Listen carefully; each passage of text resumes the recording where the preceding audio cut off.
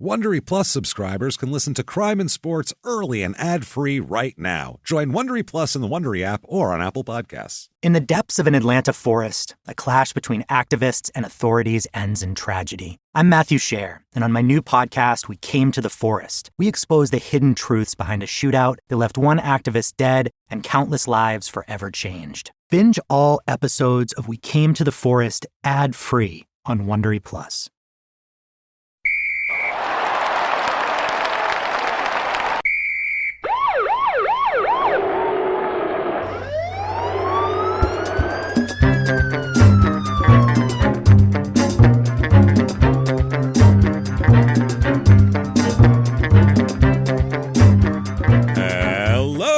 Welcome to Crime and Sports. Yay! Oh, yay indeed, Jimmy. Yay indeed. My name is James Pietragallo. I'm here with my co-host. I'm Jimmie Whisman. Thank you, folks, so much for joining us on another crazy edition of Crime and Sports, as usual. And, man, this one, not for the faint at heart. Let's just say that right off the top. This isn't your typical Crime and Sports. Oh, then he got pulled over, and then he, ran away from the cop, and then the cop tried to tackle him, but he told him, I'm I'm a special person, and you can't arrest me. You know, none of that shit. What this guy did is evil. He's a bad man. We're talking, I can't even compare him to anybody. We have no realm of comparison in the Crime and Sports universe. This is a guy that This is a guy that Buck Zumhoff would look over and go, "You fucking monster, you monster." Happens to be athletically talented. Buck Zumhoff would look down on him with contempt, like, "You piece of shit. I'm judging you for your character, you piece of shit." Which says something if you've listened to the show a long time. I honestly don't know who else to compare him to. It's that bad. So that's how bad it is. We'll get to this, obviously. All right. Definitely, you want to head over to shutupandgivememurder.com. Merch up there. Tickets to live shows all throughout the year, especially, let's say, Chicago, August 12th. Get your asses out there. That's a big venue. A lot of sold-out shows before that, so I'm not going to tell you about those. It doesn't matter. So there you go. Shutupandgivememurder.com. You definitely want to head to Patreon. Yes. Definitely. Patreon.com/crimeandsports is where you get all of your bonus materials. And if anybody $5 or above, you get like a couple hundred bonus episodes to binge on, new ones every other week, and one Crime and Sports, one Small Town Murder every other week, and you get access to it all. This week, what we're going to discuss for Crime and Sports, we're going to talk about maybe one of the worst ideas any promoter's ever come up with. Okay, we're going to have a doubleheader, 1979, so right around 1979, Chicago White Sox decide to have, in the middle of a doubleheader, let's everyone bring all your disco stuff, albums and 8 tracks. We'll pile them onto the field and blow them up. And then have another game afterwards. Great. Yeah, that didn't quite work out. There's fires and riots, and it was amazing. We'll talk all about that. Gunpowder and flames. Let's play a second game. Disco demolition night, that is. And then for Small Town Murder, one of the strangest stories ever, Sherry Papini, a woman who faked her own kidnapping for no apparent reason. And the crazy part is I have a theory on this, and I think I have it. Every once in a while, I'll find a weird thing where I really think I struck something. It's the half-eaten pizza theory. It's the bite out of the pizza. It's Ted Bundy socks. It's these. It's this thing, and I have a theory for her because it makes no sense otherwise why she did this. It wasn't for profit. It wasn't for...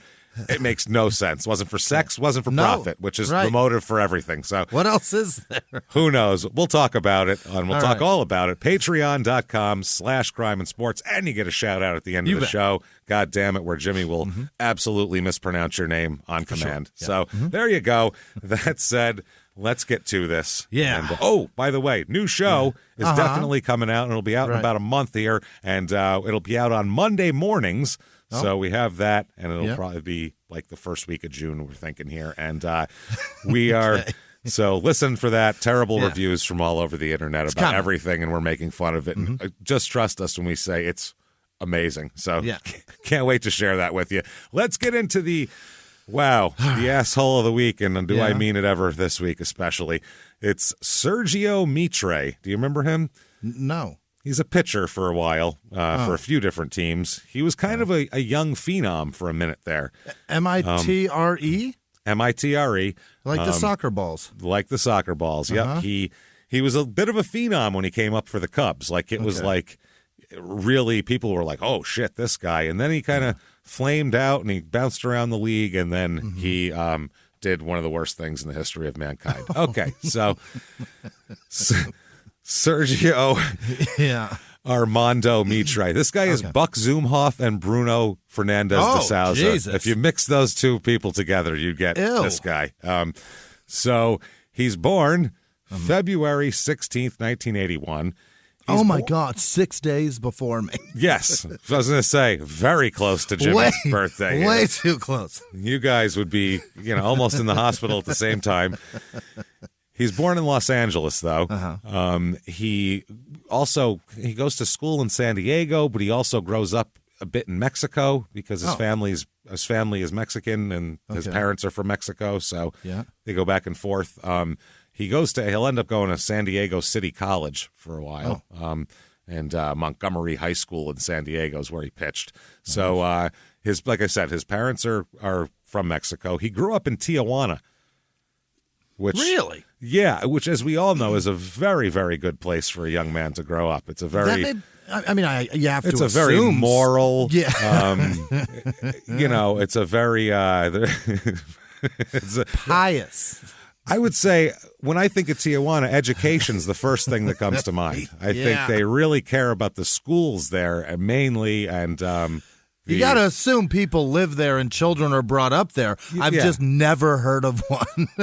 there's Disney World, you know what I mean? There's Legoland, and there's Tijuana. You think of places that are good for the kids, and those are the ones. But that's what you think of. And I'm sure there are nice neighborhoods in Tijuana.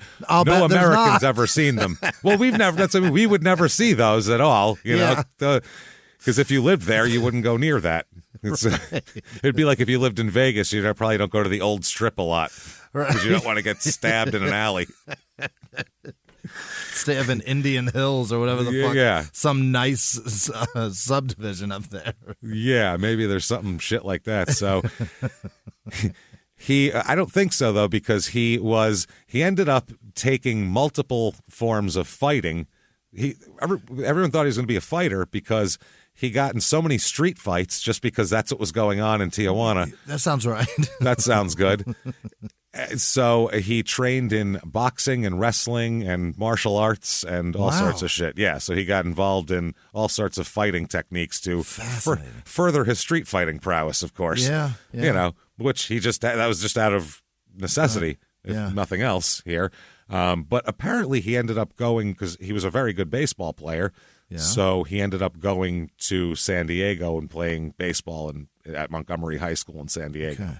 So he graduates high school in June of '99, and he goes to, like we said, what was it, the San Diego City College he goes to? Yeah, not a good one. No, I mean, maybe it's fine, but not a lot of baseball players. You don't go, man, San Diego City College is where they all come from. That's where they're turning them out. I mean, I think Tony Gwynn went to San Diego State, didn't he? And ASU has Bonds and Reggie Jackson and guys like that went there, and some of these, but not San Diego City College. I haven't heard much from there. I'm sure the wall of fame there is illustrious. It's Sergio Mitre, but then they took his picture down, I would assume, after. This is a guy whose picture, if it was up anywhere, it's not up anymore. Put it that way. And if it is still up, it's defaced, right? Yeah, he's got mustaches and he's got 2 teeth and a Hitler mustache now. So it's not good. That's the ultimate defacing, to just give someone a Hitler mustache. It's just like, well, there you go. Now he's got a Hitler mustache. What do you think of that? And there's a dick shooting jizz on the face, for sure. Yeah. But always there. See, the dick shoot, this is the thing, though, the subtlety of it.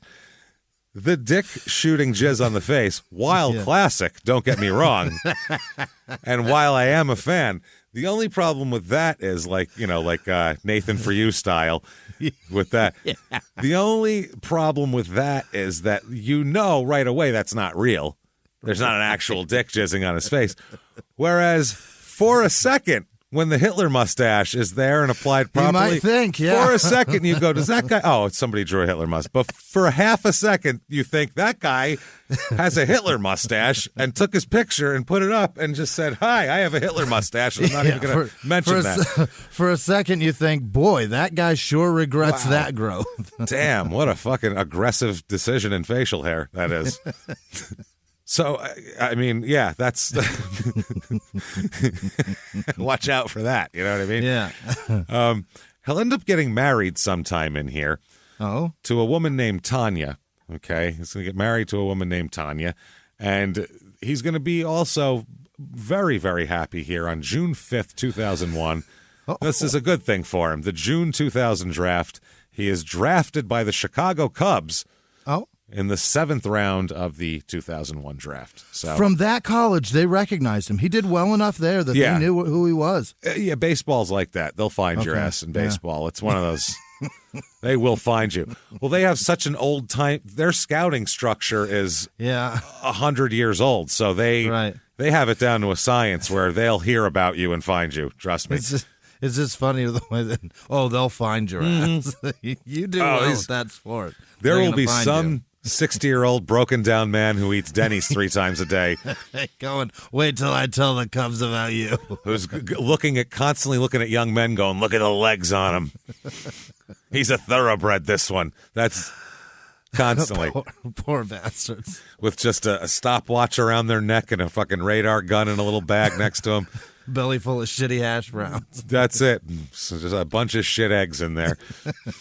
Just guts full of moons over my hammy. It's disgusting. So they'll find him, and they do find him. And here he is. He goes. They send him right away to Boise, which is every young boy who grows up in Tijuana wants to end up in Boise, I'm sure.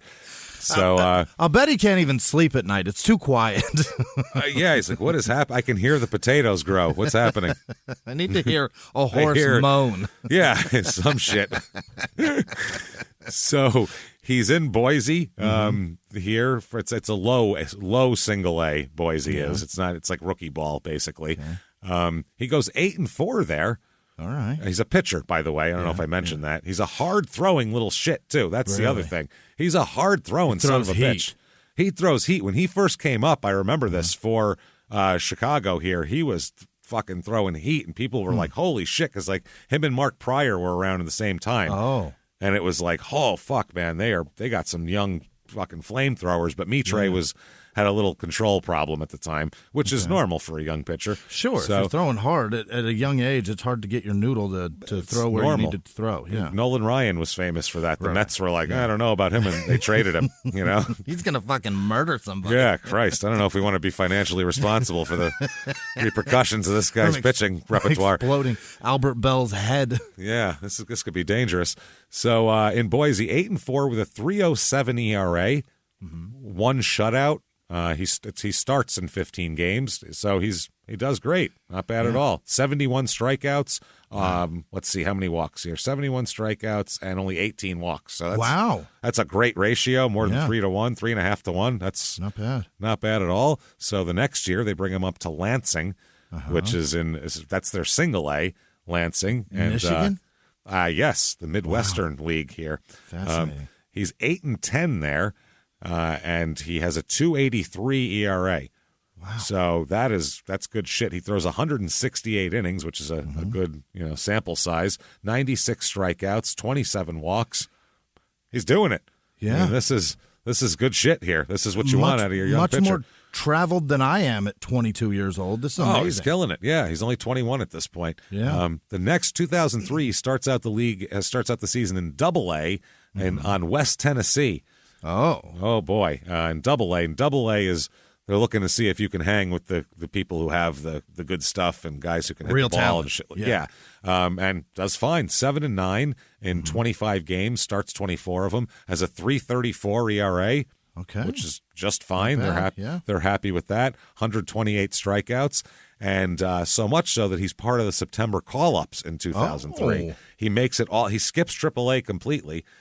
Kid's 22 years old. Yes. He's going to the majors. He's going to the majors. It sucks that he skipped AAA because 2003, if he was in AAA, Rod was there in 2003 in Iowa. Yeah, he would have played with Rod, and maybe Rod could have fucking talked some sense into him. Showed him the finer things like a banana margarita. What was it? Banana daiquiris. No, he'd do strawberry daiquiris, but he said if he puts real fruit in them, then he can write them off. So that's a health drink that he's doing for his body for athleticism. So he'd make sure to put a banana in it. That way he could write off all of his booze that he was drinking. He goes, that's a good way to look at it. He could have manned the grill for Rod in the parking lot of the ballpark as he's giving away hot dogs. Well, yeah, from his RV back there. He would have had a great time with him anyway. Maybe could have changed his trajectory a little bit because Rod would have. This wouldn't have been Rod-approved behavior later on. So he ends up being the second player out of the 2001 draft to make it to the majors with the Cubs. So is that right? And the first was Mark Pryor. Remember Mark Pryor? Yeah. He was a phenom, Mark Pryor. Yeah, he sure was. Because they had Kerry Wood in 98, and then Mark Pryor came up in 2003 and was like, holy shit, the Cubs just keep getting these fire throwers. Yeah. And Mitre was up too. Arm troubles. Really? It just quit on him? Flamed out, shoulder problems. And then he just wasn't the same guy ever. Couldn't ever put it together again. That's too bad. Especially, and Kerry Wood was, God, Jesus, having those same thing happened to him like that. Yeah. He was so good. Oh, his rookie year, he was electric, but they just couldn't. It's tough, guys. It's tough to last. It's tough to throw those innings and throw that hard and put that much torque on your arm and last. It just is. I mean, that's why Nolan Ryan's so goddamn special. That's what I mean, because you go, wow, he's the only guy who could do that for that long, and Roger Clemens too. But for him, I mean, steroids helped, I'm sure, but he's still throwing at 44. Though I don't care what you're on. Yeah. I'm not throwing 100 pitches. If I throw 100 pitches, I'll be in the hospital. So. Right. I don't care what you just shoot me up with. Everybody else gets a 3-day break for that. I'm going to need a 3-year break for that. There's stuff in my shoulder when I move it around like this. I don't know if the mic picks it up, but it crinkles and cracks. And I haven't thrown 3,000 innings in the majors. You know what I'm saying? So I can't imagine. Yeah. Nolan Ryan, when he ended up quitting, he threw his last pitch and fucking knew it and walked out because he was going to have to go. He knew he was going to go up on his last pitch. Tore his elbow. Knew it was up. Over. Yeah. Knew it was done. It's like, said, there's a bunch of shit in there. I feel it. Yeah, I'm not doing this anymore. So he's the second player to make it from the draft, next to a guy who's an obvious phenom and Mark Pryor. I'm going to say it right now. That's grace for him. That's got to be it, right? That's a good start. Oh, man. It's a real good start. I'd be thrilled with the tip top of that mountain. That's amazing. Just be like, wow, and you're in the majors. Yeah. And it's a September call-up. So when they call these guys up, it's almost like we expect this guy to maybe make the club next year. Yeah. So we'd like to bring him up and show him what the majors are all about. Mm-hmm. And, maybe they can help on the, over the course of the last month of the season. But for the most part, showing them what it's all about, how it works, how to act. So then the next year when they come in, hopefully they have the best chance in spring training and they know what the deal is. Mm-hmm. So 2003, he's up for the Cubs. He only plays in 3 games. He starts 2 of them. He's 0-1 with an 8.31 ERA. Oh, we threw biscuits. Jesus Christ. Wow. In 8.2 innings, he gave up 15 hits and 8 earned runs. Wow. 3 strikeouts, 4 walks. It's I could do that. It's tough. Major League, it's tough, man. Those guys can hit, man. They can hit. Jesus Christ. I mean, and they can. The problem is you can't overpower those guys. Right. If you throw a 98-mile-an-hour fastball, great. They love that shit. That's if it's slow. near the plate, it's near the plate, a really good power hitter, he'll eat that shit over up. the fence. Yeah, absolutely. That's it happens all the time. That's again, I'll bring Rod up. He mentioned one time about Gary Sheffield. Mm-hmm. It was, I think, Roberto Hernandez was a teammate of his. I want to say it was him. It might have been somebody else, but 100-mile-an-hour throwing relief pitcher. Yeah. And he told him, hey, don't throw Sheffield fastballs inside because I don't care how hard you throw it, he'll get around on it and rip it down the fucking line. He'll take you out of the park, Yeah. He'll put it in your fucking driver's seat. Yeah, and he said, he can't hit my fastball inside, the guy said, and Rod said, all right, cool. He went out there, threw him 100-mile-an-hour fastball. Sheffield hit it in the fucking second deck or whatever, and he was like, Okay, then. What do you think of that? You dumb fuck. So. Yeah. Told you, don't throw Sheffield fucking pitches inside, you dumb shit.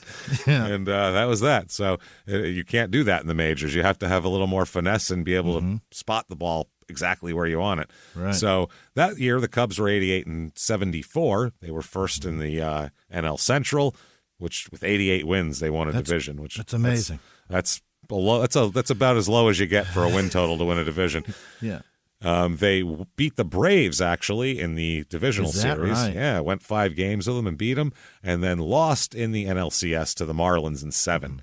That was the year. That was anyway. Yeah. Well, that was the Moises Alou, Steve Bartman game. That's 2003 playoffs. Yeah. Okay. That's Steve Bartman dropping the fucking thing, Yikes. and Moises Alou, and them blowing them going from going to the series to definitely not going to the series there. So. He was playing for the West Tennessee Diamond Jacks, and they were like, "Come on up, pal." Diamond Jacks. JAXX. What double the X. fuck even is that? Put the third X on there. Don't be a pussy. You know what I mean? If you're gonna do that, Diamond Jacks all over your face, pow. We're shooting diamonds out of this. Well, and also it's Jacks, and I picture just get these mascots are silly. Have like a possum with like a bukkake all over him, like a jizz covered possum mask. Yeah, possum or some bullshit, and that'll be like a hat that people will wear. College kids will wear it all the time. Yeah, drinking party. It's fucking Jizz Panda, bro. Yeah, he's fucking fun. The Diamond Jacks Jizz Panda, totally, bro. Diamond Jacks is always just a strip club anyway. I've never heard of it being anything other than. Or a stripper named Diamond Jacks. like a hot black chick named Diamond Jacks, Yeah, like in a movie. That was one of the dancers in Tango and Cash, I think, right? That dude's Sly's sister worked with, I think. She's some fucking premier one that travels and goes to different... absolutely. No. She gets paid. Some Diamond Jacks dancer, yeah. Yeah, Diamond Jacks does not dance for free, darling. That's not a thing that happens. The club's paying her, and we'll try to make up what they're paying her on the tips that she earns. Sometimes she makes more than, and that's fucking great for her. That's tough, man. But she goes in, she would like rent out space at the Bunny Ranch there, shit like that. Oh, Christ. So the Diamond Jacks. The Diamond Jacks. They're not a Cubs affiliate anymore, I don't think. Mm-hmm. So he played, obviously I told you he sucked in 2003. Yeah. 2004, though, he's ready to rock and roll here. Okay. He's going to play in 12 games. They bring him up. 12 games. The team is 89-73, which is third in the division that year, which is more, likely. What it should be. If you have that record, yeah. Yeah. He does not do well. He's 2-4, which record can be deceiving, though, always, because that can be very deceiving. It depends on, you need run support to win. Mm-hmm. So you could go out there, throw 8 innings, a 1-run ball, and lose. And what the fuck is that? You have nothing. But he has a 6.62 ERA, which is not great. Oh my God. That's high, in case you're not a baseball fan. That's a bit high. He's averaging giving up 6 runs a game, almost 7? Oh, well, that's a lot. Per 9, that would be. Per 9, so, yeah. If you don't know anything about baseball, ERA is basically how many runs you would give up if you pitched an entire game every game. That's how the stat works. So if he throws 9 innings, he's giving up almost 7 runs, which is terrible. Jesus God. That is not good at all. Yeah. 51.2 innings pitched. 38 earned runs. Holy fuck. You don't want to have more hits than innings pitched. Yeah. That's kind of a good way to look at something, hits and innings pitched. He has 71 hits and 51 innings pitched. He has almost as many earned runs as he has innings pitched. Never mind. Wow, that is terrible. Gave up 6 home runs, 37 strikeouts, 20 walks. So he lost his control doing great when he came up. It's hard. I guess trying to spot it so perfectly, you lose your control, I suppose. Yeah. It's also the hardest job in any sport. Any sport. I don't know how hitting a baseball, I think, is the hardest thing to do. To actually technically do, yeah. Yeah. But you've got so many opportunities to do it. Ball, yeah. Moving pitches. But you only have to do it once at bat. Yeah. You know what I mean? But pitching is more, I guess, no, pitching is hard as shit. Don't get me wrong. But Jesus. hitting a baseball consistently. Right. I don't know how the hell anybody does that. No. I mean, yeah, golf's a hard game technically, but the ball's still, and everyone has to shut the fuck up. You know what I'm saying? Yeah. Or they're thrown out. Or they're thrown. Yeah, there's no obstacles. No one's trying to catch it before it gets to the green. You know what I'm saying? Nobody's tackling you before you hit it. None of that shit. Football's hard, obviously. Soccer's hard. There's a lot of hard. Hockey is very difficult. You're ice skating while doing this technical thing. But hitting a baseball is, I mean... And just regular people go in a batting cage. Yeah. Oh, God. And go, not even the fast. Go hit a 60-mile-an-hour one. You will miss, if you haven't played in years, you will miss 20 straight times. And that's if a guy threw it underhand in the majors. 95, you don't even see it. You're like, how do you even understand where that pitch is? It's crazy. I mean, bunting in a batting cage. Yeah, just trying to time the goddamn thing. Trying to time it. It's hard. Yeah. So in 2004, this season is when he started out on the opening day roster because Mark Pryor was injured already. Oh. He was already injured this time. He was then sent down to AAA after Pryor came back, and then he showed himself to do so well in AAA on August 13, 2004 against this is good for him, against the Albuquerque Isotopes. Is that right? They're like, yeah, whatever. The Simpsons do it. Why not? Okay. That's what the Simpsons one is because they have a nuclear plant there. Yeah. So he pitched a complete game shutout against the Topes there. Really? And, he gave up only a double and a walk that both came in the first inning of the game. So then he pitched a perfect game for 8 innings after that. How about that? Sat down 23 straight batters, striking out the last 9 of the game. 9 in a row. 7th, 8th, and 9th inning were all struck out the strikeouts. sides. Wow. Yep. He was the Pacific Coast League's Player of the Week. How the fuck is the Iowa Cubs in the Pacific Coast League? I don't know. What coast are they on, exactly? What coast of what crappie-filled lake are they on? I don't understand what's happening. What walleye-filled fucking fishing hole are they on the coast of? So he finished the season with the Iowa Cubs after going back and forth. He had a 2.97 ERA with the Iowa Cubs. Right there is where he plays. That's kind of his skill level right now. He returned to the majors after the September expansions and kind of pitched a couple out of the bullpen, and as we know, didn't do well. But in 2004, he did make $305,000. So that's fantastic. He can be thrilled with that. He's 23 years old. It's not bad. Does a good job. 2005. Okay, again, Jesus, man. He is 7-7, or I'm sorry, he's 2-5 this year in 7 games started. Okay. Pitched in 21 games, so now they're putting him in the bullpen because he can't really start. He has a 5.37 ERA. Not great. Which is definitely not good. I mean, better than it was, but... I'd rather have that than fucking 9. Than 9 or 6.5. This is in 60 innings, but he gives up 62 hits, which is closer. Yeah. That's closer to the ratio you want. 37 strikeouts and 23 walks. But he gives up 11 home runs, which is a shitload. That's a lot, for 60 innings. That's a lot. So it's like he's daring him. He's like putting one right down the middle because on tape it does look fucking amazing. When you strike somebody out with one that's beautiful, like a great pitch, like the best pitch that they're going to get, and they just miss it. That's a great shot. That looks awesome. It looks amazing. Well, yeah, a lot of times, too, if you have control problems, you get behind in counts. Yeah. And then you have to throw... a fastball right down the middle. You got to give that ump a real good one to call. And then that's when you get crushed by good hitters, especially in the minors, you can get away with that a little more. In the majors, those guys don't let you get away with that. Mm-hmm. If you're trying to...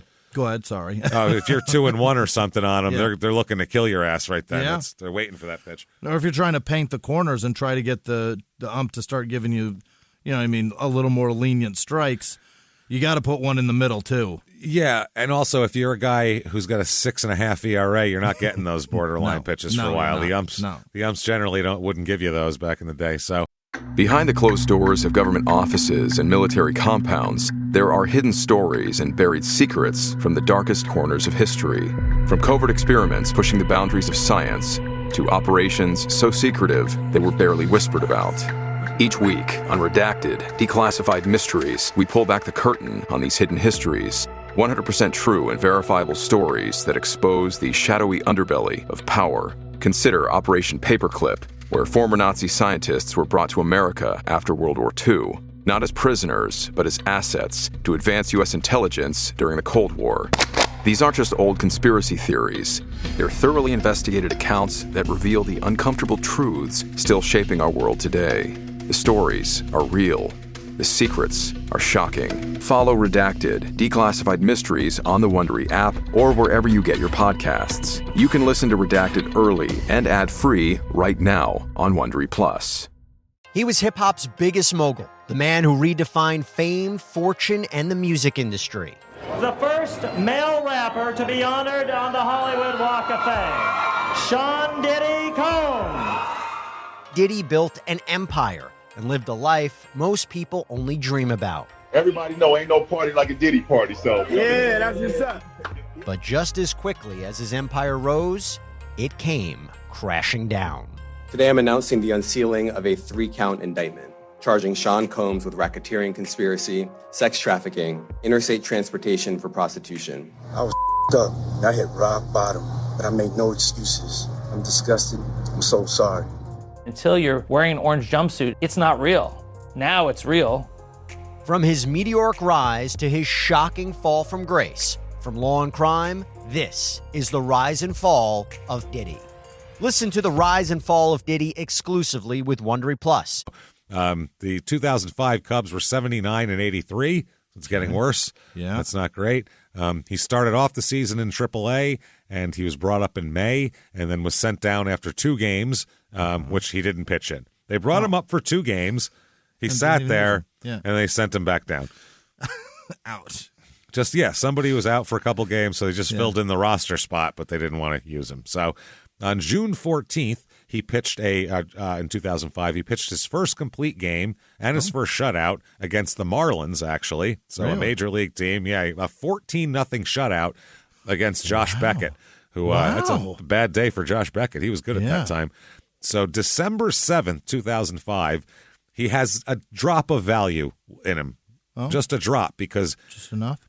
In baseball, when they see you pitch a complete game shutout, they go, "Oh, he has that in him." Right. It's there. It's there. We just need to figure out how he can put it together. So that makes baseball guys and baseball coaches go like, "Oh man," and baseball general managers and managers go, "Well, we could do something with him." You know what I mean? I mean, if you can do it once, you can make it happen consistently. If it's you in can his do body, it once, it's there. Right. If it's in his body, I bet our pitching coach can get it out of him on a weekly basis. You know what I mean? Yeah. So, and especially the team that he did that to, he looked like a fucking magician against them. You know what I mean? They're like, "How that guy's amazing." So the Cubs trade him along with Ricky Nolasco and Rainiel Pinto to the Marlins. Oh, right back to the team that he just shut out. Exactly. That's what I mean. They saw him and they're like, "Fuck, he's magic, man. We got to have him." Meanwhile, it's the only good game he's ever pitched in the majors. Oh, whoops. But to them, they saw it. They saw it first, not just on film. They fucking felt it. They experienced it, right? Yeah. You know, his best day. This is for Juan Pierre. Remember Juan Pierre? Speedy center fielder. He was fucking good. Speedy little center fielder. Wait, yes. Slick hitting little guy. Did he play for Rockies? The A's? The Rockies for a long time. Oh, yeah. He was a Rocky for a long time. The Marlins for a long time. Cubs. He went all around, but he was a good player. It sounds like an asshole, but he's dark, right? Yeah, dark skinned dude. Right. Yeah, I didn't know how to say that. Yeah, well, he's it's not dark skinned. It's not offensive, but it's like feels offensive. Why does that feel offensive? I don't know. That seems like I don't know. Let me tell you something. It shouldn't feel offensive unless that's what's in your heart, Jimmy. That's what it is. Don't trap me.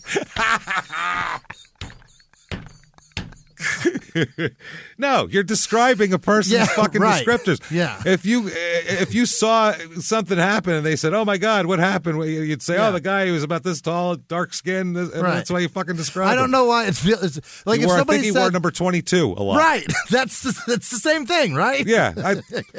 It's a physical descriptor. But Juan Pierre does not sound like a dark guy. That's why I asked that too. Yeah. If I said, "What color are Juan Pierre's eyes?" He's an island guy. Right. Yeah. But if I said, "What color are Juan Pierre's eyes?" and you said fucking hazel, if they're hazel, you can describe them as hazel. You know what I mean? Exactly. Yeah. Right. No, you're definitely allowed to say that. Okay. If you said he's a dark skinned and then threw a racial slur in, then that would be like, what the fuck? That's unnecessary. He's darker really than Juan Pierre makes you think he is. Yes, that's a good way to describe it.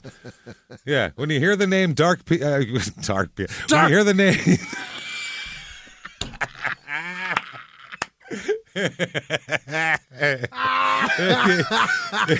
That's offensive. That's offensive. That's definitely offensive. Dark Pierre, okay. If you hear the name Juan Pierre, take it down about 8 shades from what There you're you thinking. go. Put it that way. Just making sure I know the right guy. Yeah, you got him. Okay. Thin guy, like you said. Did he play? He didn't play for the A's. He may have played for the A's. He might have played for the I A's think he for a did. while too.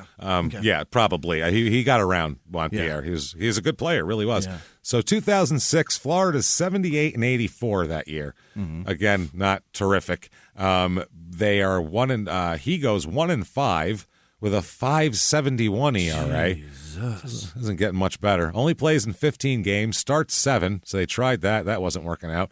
41 innings, gives up 44 hits, 31 strikeouts, 20 walks.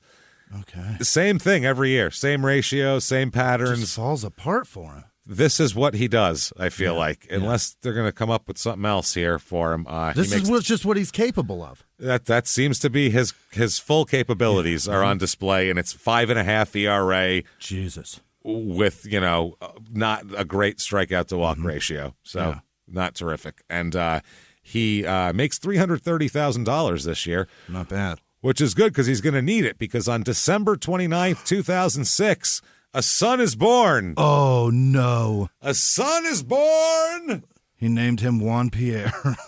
He named him Dark Pierre Mitre because he thought it sounded like a superhero. Which kind of does. Dark Pierre Mitre sounds like a superhero or some shit. That sounds awesome. Yeah. Somebody write a comic book or like a one of those fucking Sin City type shits about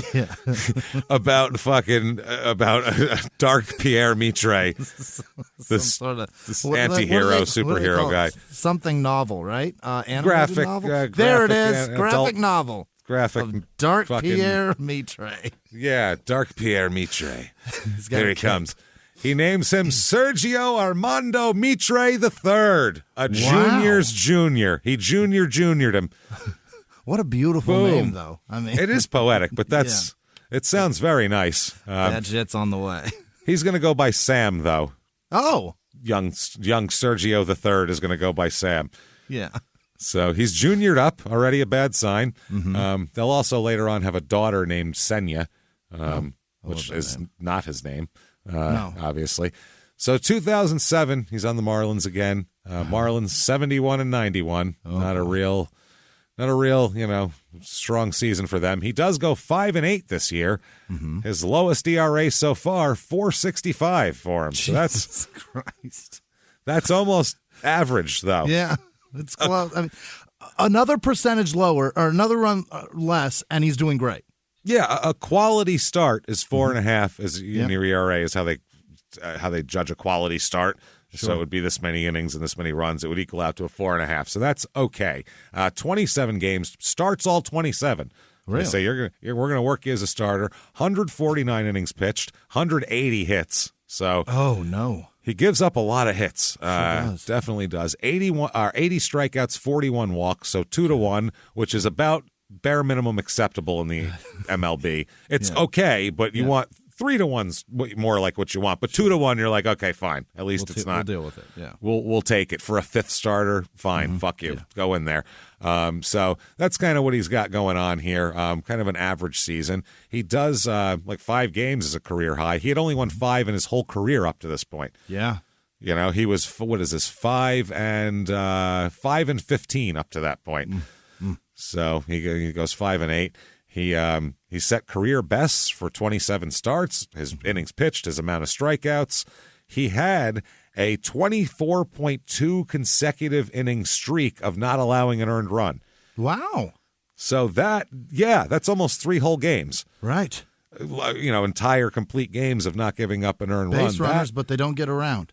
Yeah, of earned run. I mean, it might be an or somebody gets an error or something like that, but an earned run, to go that long without an earned run, that's why that's why he keeps getting chances, because every once in a while he'll throw a shutout one year. Yeah. He'll have this glimpse, and in baseball, when it's so fucking hard. Yeah. That they see that and they go, but he has it. Oh my God, he can do it. I see him do it. Yeah, I saw if he could just get that one day again. Yeah. Maybe his arm angle was a little different. That look at the film, they go crazy trying to figure it out, and it might have just been a mental thing that day that he had. It's like doing a backflip. If you get one around and land it, you know you're capable. You can do, like flip again. You can do it. Well, and then the next one, you break your fucking neck. Yeah. He had a 1.12 ERA in May, in the month of May, which is the second lowest for a starting pitcher in May in Marlins history. So really? Yeah, did very well. Another fucking glimpse of greatness. That's what I mean. You see that and you go, oh, it's there. It's put it together for a minute. It's a diamond. We just need to figure out how to polish it. It's got shit all over it, and I can't. It's a crack and it's yellow. It's a panda, but it's got jizz all over its face. If we wipe it all off, maybe we can sell the panda. Maybe we can sell the panda and make something back off of this. Yeah. So he began to have some injury problems in 2007, though. He had a blister on his right middle finger that caused him to miss 2 weeks. Oh. Which, if you have a blister on your pitching middle finger and you're a fastball thrower, you kind of can't do that. You need to be able to, it'll keep tearing open and you'll be bleeding on the ball. Yeah. That's not good. Yeah. So he then he had a strained right hamstring for a while. He had 3 stints on the DL in 2007 overall. So you can see that. He does make $380,000 that year. Great. So he did okay. He contributed that year. He earned it. So Kid's made $1 million. He's made $1 million. 2008, he doesn't play any games. None. Because he fucks his shoulder up or his elbow up royally and has to have Tommy John surgery. Oh, no. Which, if you're not a baseball person, or now every sport they call it that still, because he's the guy that they did it on. But it's a ligament replacement surgery to fix your elbow. And sometimes it works great, and guys pitch for another 15 years, and sometimes it doesn't quite work. And it means that ligament is really fucked, and it requires a new one. It's a big It's the big surgery for pitchers. And they go, he's getting Tommy John. You go, ooh, that's the... He may not come back. Because before Tommy John, that was the career ender. If you had that injury, it was over for you. Done. Right. You were done. Period. You could either be a knuckleballer or quit. That was those were your options. So he was expected to miss 12 to 18 months with this. So that's rough. It's a long recovery time. A year to a year and a half. Yeah. It's that bad. Fuck. I mean, it's that much recovery, and then you have to do all this rehab before you can start throwing a baseball at full speed on a surgically put in reconstructed ligament. So September 30th, 2008, he is released by the Marlins. So they do not like how it happened. They don't wait 12 to 18 months. They wait 2.5 months and release him. So that's that. But he makes a shitload of money this year anyway. 2008, he makes $1.2 million. Oh. Because I think it was probably a settlement. If you release somebody when they're injured, you have to do a settlement with them. Okay. You can't just fucking release them. You're not allowed to do that in baseball. Or you could release them, but you have to pay them everything. Right. So sometimes they'll work out a settlement, and if the team doesn't want him, that could actually be preferential for the guy, because then he's open to sign for somebody else. So absolutely. And he's even though he's having Tommy John surgery, these flashes of something. God damn it. He's still a commodity. Sure. And November 3rd, 2008, he is signed as a free agent. Oh, this is a few months off surgery, a year before he's even going to be pitching again, by the New York Yankees. Is that right? Absolutely, they sign him up here, and they grab him just to take a chance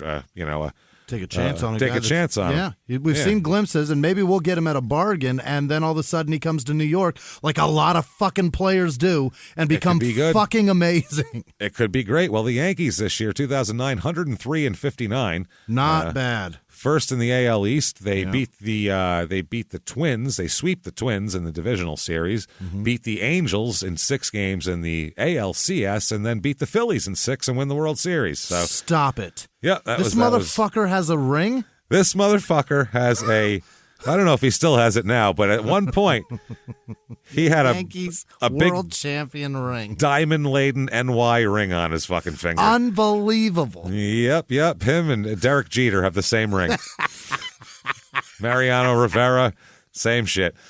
God damn it. Isn't that crazy how fucking worlds cross Wow. and bleed into each other here? So, yep, he was suspended the first 50 games of the season, though, Uh-oh. for testing positive for andro, which is the he's trying to heal faster. Yeah, he's trying to heal faster and injury. I mean, the rest of his body's probably got some hasn't done this in a while. The guy's had Tommy John, for Christ's sake. He's going to be eating whatever the fuck his friends tell him are good for this. The thing is, he tested positive for this in August of 2008. Oh. So they tested him after his surgery. He had surgery. He wasn't going to play many for chemicals in there. Yeah. He wasn't going to play for a year and a half, so who gives a shit what's in his system? Right. If he's not going to play right now, what do you care what's in his system? Right, but the other part is major surgery. Major surgery. He's probably got a lot of chemicals in his body that you guys don't approve of. Who knows? He said, though, that the andro came from a contaminated legal supplement purchased from GNC. Okay, GNC's got that shit on their shelves. Well, GNC, the problem with GNC is that none of that shit is FDA. Right. So Yeah. a lot of times it has shit in it that's not on the label. No, you're probably right. That happens a lot. Sense. So that's why they tell the players, hey, don't buy supplements that you don't know what the fuck they are, because if it tests positive, that's on you. So we can't suspend GNC, but we can suspend you. Right. And the dope behind the counter at a GNC is just trying to sell you every piece of shit they have on their shelves. Everything they have is good for you if you've got fucking surgery. Yeah, that's exactly what it is. He served the suspension while on the disabled list anyway. So he wasn't going to pitch at that point. He was suspended. It didn't matter anyway. So he had 9 starts for the Single-A Tampa Yankees and the Triple-A Scranton Wilkes-Barre Yankees also, to rehab his injury. Sure. And then he replaced Chen Ming Wang, who I believe blew out his shoulder and had to have rotator cuff surgery at the time. Shit. He was so good for a while, too. He had a great fucking sinker. He kept the ball down. I love Chen Ming Wang. So Mitre gets called up to the majors, starts his first game for the Yankees on July 21st against the Orioles, and got a win, actually. How about that? And he got a goddamn World Series ring. Wow. He wasn't on the post-series roster, but was voted a ring. Yeah. The guys vote on it, or I guess. Is that right? Oh, no, the guys vote on playoff shares and World Series shares, whether guys get shit. But I don't know if the team decides who gets rings or what, but he got a ring. They gave him one. So he also made $1,250,000 that year. And November 17th, he becomes a free agent because they only signed him for a 1-year deal. And then January, he re-signs with the Yankees again. Okay. And Steinbrenner's there at this time too, right? Oh, did he? Has he been dead yet? He might. In 2006, 2008, 2009. He's still there. He's still there, but he's senile now. This is Steinbrenner, like Ghost of George Steinbrenner, up in the booth, I believe, at this point, up in the Point box. is, Steinbrenner may have given him one just for the fucking write-off, just to help him more tax breaks. He definitely stands up and claps when things happen, but I'm not sure if he knows what he's clapping for yet. Yeah, at this moment in time. George. So he is 2010 95 and 67 for second in the AL East. The Yankees, they beat the Twins, they sweep the Twins in the ALDS, and then lose to the Rangers in the ALCS in 6. Yeah, that's all right. They were good that year. He pitched in the Texas series that year, but didn't pitch in the Minnesota series at all. Okay. He got his first career save on August 19th. Oh. Which he pitched the last 3 innings of a game, and they beat the Tigers. This year, he's 0-3, but with a 3.33 ERA. Is that right? Not bad. Last year, he had a 6.79 ERA, by the way, in 2009. But that was his rehab year. They didn't really care about that. This year, 27 games, 3 started, so they're using him out of the bullpen mainly here. But 54 innings, but a 3.33 ERA, so not too shabby. They're not... Yeah.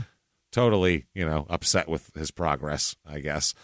He does make $850,000, though, as well. Not bad. March 25th, 2011, so the end of spring training, he is traded by the Yankees to the Brewers for Chris Dickerson. Oh? Okay, so, yes, he That's 2011. He goes to the Brewers. The Brewers were good then, actually, 96 and 66. Yeah. They lost in the NLCS to the Cardinals in the playoffs, so they were pushing it. Yeah, they beat the Diamondbacks in the first round. Wow, the Diamondbacks in the playoffs. That's a long time ago. Post 2008. Holy shit, that's wild. Yeah, that's you don't think of that right now. I know they're decent so far this year, but the Brewers have been figuring out the last 10 years or so. They've been pretty damn good. Yeah, well, this was the time period when like Ryan Braun was still on whatever he was on, and fucking they had Prince Fielder, I believe, still at that point. And they had like their little core of guys there for a little while. Gagne was there for a little while too, right? I don't know. He was done by that. But whenever the Dodgers gave up on him, he was done. All right. He went to the Brewers after that, but I remember because he was in the bullpen at a spring training game. And oh, really? The spring training fields here are fantastic because you can really fucking let them fun. have it. Yeah. Oh yeah, they're right there. Right there. It's it's like going to a Renegades game. Yeah. Except you can be kinder to them. Yes. Yeah. Well, when you got Gagne who's made like $90 million, you can pick on him a little bit. Shit, and he's fat. We go to the Renegades game, and it's this kid's like 18. He's terrified to even be there. We go a little lighter on them. We pick on the coaches more than anything. Still acting like I'm better than him. Yeah. Well, he could kick the shit out of both of us at the same time, probably. He's got weapons on his feet and a giant one in his hands. And he's huge and young and athletic. Right. Besides that. And we're 3 beers, 2 hot dogs, and a pretzel into the night and fucking not ready for combat, let's just say. Just howling insults to this poor kid. I've been going outside smoking a vape pen for fucking for every other inning. We're a disaster. We're not ready for any kind of fucking... I'm just hoping that kid smiles at anything I say. Hope so. Hope he just puts his head down. Yeah. So for the Brewers, he goes 0-1 with a 3.27 ERA. So not bad, I guess. This is only in 22 games, 33 innings. He is designated for assignment, though, on June 27th after posting a 3.27 ERA in 33 innings. So they're done with him, basically. Yeah, they're moving him somewhere else. So June 29th, 2011, 2 days later, the Yankees purchase him. Oh, they'll take him back. They grab him off waivers there and do that. They take him back for cash. They just bought him. Okay. We'll take him. Wrap him up. Wrap him up and take him out to the car. I'll meet you out there. We'll take one. Thank you. One Sergio with a bow on his head and shit. On June 19th, he had been placed on the 15-day disabled list. In 4 games with the Yankees, he doesn't do very well. He has an 11.81 ERA that year. So not good, an 11.81 ERA, let's just say, for him. And he's granted free agency at the end of the year. Okay. He makes $900,000 that year. Total money so far, $5,215,000 for Sergio. Done nothing. Done really very minimal amount of anything. And that's his major league career. He's done in the majors. $5 million in a ring, goodbye. $5 million, a ring, and a lifetime 5.21 ERA, 13-30 record. Yeah. In 454 innings. Not great, but for $5 million, that's pretty worth it, $5 million right? bucks. I'd love to have those stats in $5 million. That'd be awesome. Terrific. So February 2014. So that's, a couple years later here. Yeah. He's going to kick around. This is the thing. He's going to kick around a little bit in the Mexican leagues. He's going to go to. Yeah. He's going to kick all around. He ends up in Japan in February of 2014 here. Where did he end up in Japan? The Rakuten Golden Eagles. There we go. Yeah. This is the team that had Masahiro Tanaka. That was the big sensation over here. Couldn't get it out. That they bid on and had to pay the team like $30 million. That was the first kind of time that happened to that extent. So he said a trip overseas is exactly what he needs. He hasn't pitched in the big leagues in a while, but he's ready to go. And he says Japan is going to be the shit for him. That's right. Problem is, while in Japan, he's continuing to rehab his shoulder and doesn't really work out with him that much. 2016, 17, 18, 19, he is, good God, this sounds exhausting. He returns to California. He coaches some baseball for an organization that he founded called the Playmakers. Oh, he made himself a job. He made himself a job, Yeah. like a charity job. I'll make myself a job. Then he signs with the Bravos de Leon of the Mexican Baseball League. Where the fuck is that? Yes, he was traded by them, though, obviously, to the Tijuana Toros. Oh, back home. Fuck yeah, why not? Let's do it. Which I believe, isn't that where Jake Taylor was when they called him up to the Indians in Major League, if I'm not mistaken? I think he was when he woke up with the fucking sombrero on and the chick's leg across him and shit. And he goes, well, if you're going to say that, do this shit, at least say you're from the Yankees, and fucking hangs up. Yeah, I think that's where he was. So he is released by the Toros in July of 2018, though. How bad do you have to be released from a place Jesus. where you're from and you've played in the majors? That's wild. Well, for Tijuana, he had a 3.38 ERA, which doesn't seem terrible. I don't know. That's not that bad. Yeah. He plays for Mexicali, the Mexicali Aguias, whatever the fuck it is. He plays for them. Aguilos, yeah. I don't fucking know. Whatever. He plays for them. Okay. And I don't know. He doesn't do much better there. I mean, what are we talking about here? It's not going well. He had a 9.77 ERA for them. Playing with border teams. It's a lot of, he plays for the Saltillo Sapraceros, or Saraperos, Saraperos of the Mexican League. I don't know, all sorts of shit he plays for. So I love Spanish words. He plays for 1, 2, 3, 4. Well, it's the same team. So 6 different Mexican teams in 2 years. My God. Well, one is a Venezuelan Winter League team, and then he also plays for Mexico in the Caribbean Series. Does that man ever sit still? That's why that's what I mean. That's why your arm hurts, man. Sit down. It's exhausting. Altogether, though, I mean, he doesn't really ever put it together hardcore. I mean, all these teams I see 7.36 ERA, 5.39 ERA, the next team he plays for. So he comes in, he has like a shit ERA. They keep him for like 10 games and they release him. I think it's just to say we signed major league player so-and-so, and they bring him in. Yeah. And then maybe nobody shows up. Maybe they get a couple extra people. Yeah. The end of 2019, though, is baseball is going to be pretty much over for him here because September 1st, 2019, he is charged with attempted femicide, which I believe is trying to kill a woman. That's killing ladies, right? I think that's a lady killer there, not in a handsome way. You're right. Homicide is just murder, right? They tack it on extra if that person's got a vagina. I don't know if this is like a part of a domestic violence bubble. Like, you know what I mean? If you try to kill your partner, your spouse, it's a femicide or dudicide. I'm not sure how it works. So this means attempting to murder her strictly because she's female. Okay. Now, this is a woman named Jasmine.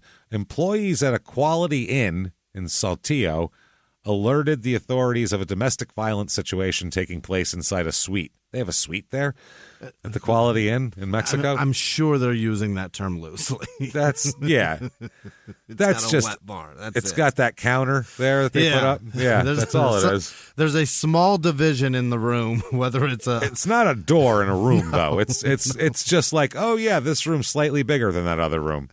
Or it's got a table. It's got a table by the couch. That's turned sideways towards the door.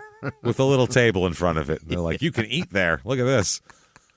It's good for eating and working. Yeah, there's no suites at the Quality Inn in Saltillo. So the incident at the hotel was caught on surveillance camera. In the footage, this is not a good sign.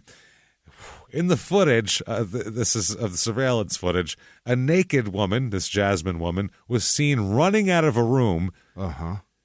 When people run away naked, that means that is desperate times. Whatever they're running away for was way worse than being naked in the streets. That's what that means, which generally we try to avoid. On either side of that brisk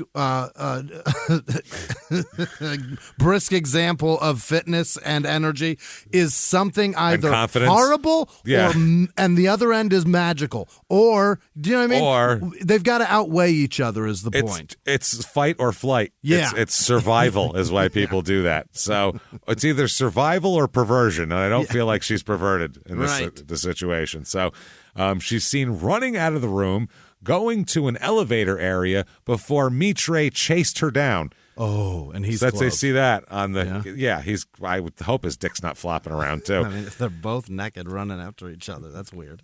And there's a man watching this, seeing this happen on the surveillance video. Then he takes her down the hallway and shoves her back into the room. Oh no! He chased a naked woman down, dragged her back to the room, and tossed. I mean, he pushed her. It's not like it's a shove. So he's allowed to bond out after paying a $20,000 peso fine, and they require that he wears a tracking bracelet. 20,000 pesos. That's like a bean burrito. That's nothing. It's like $8.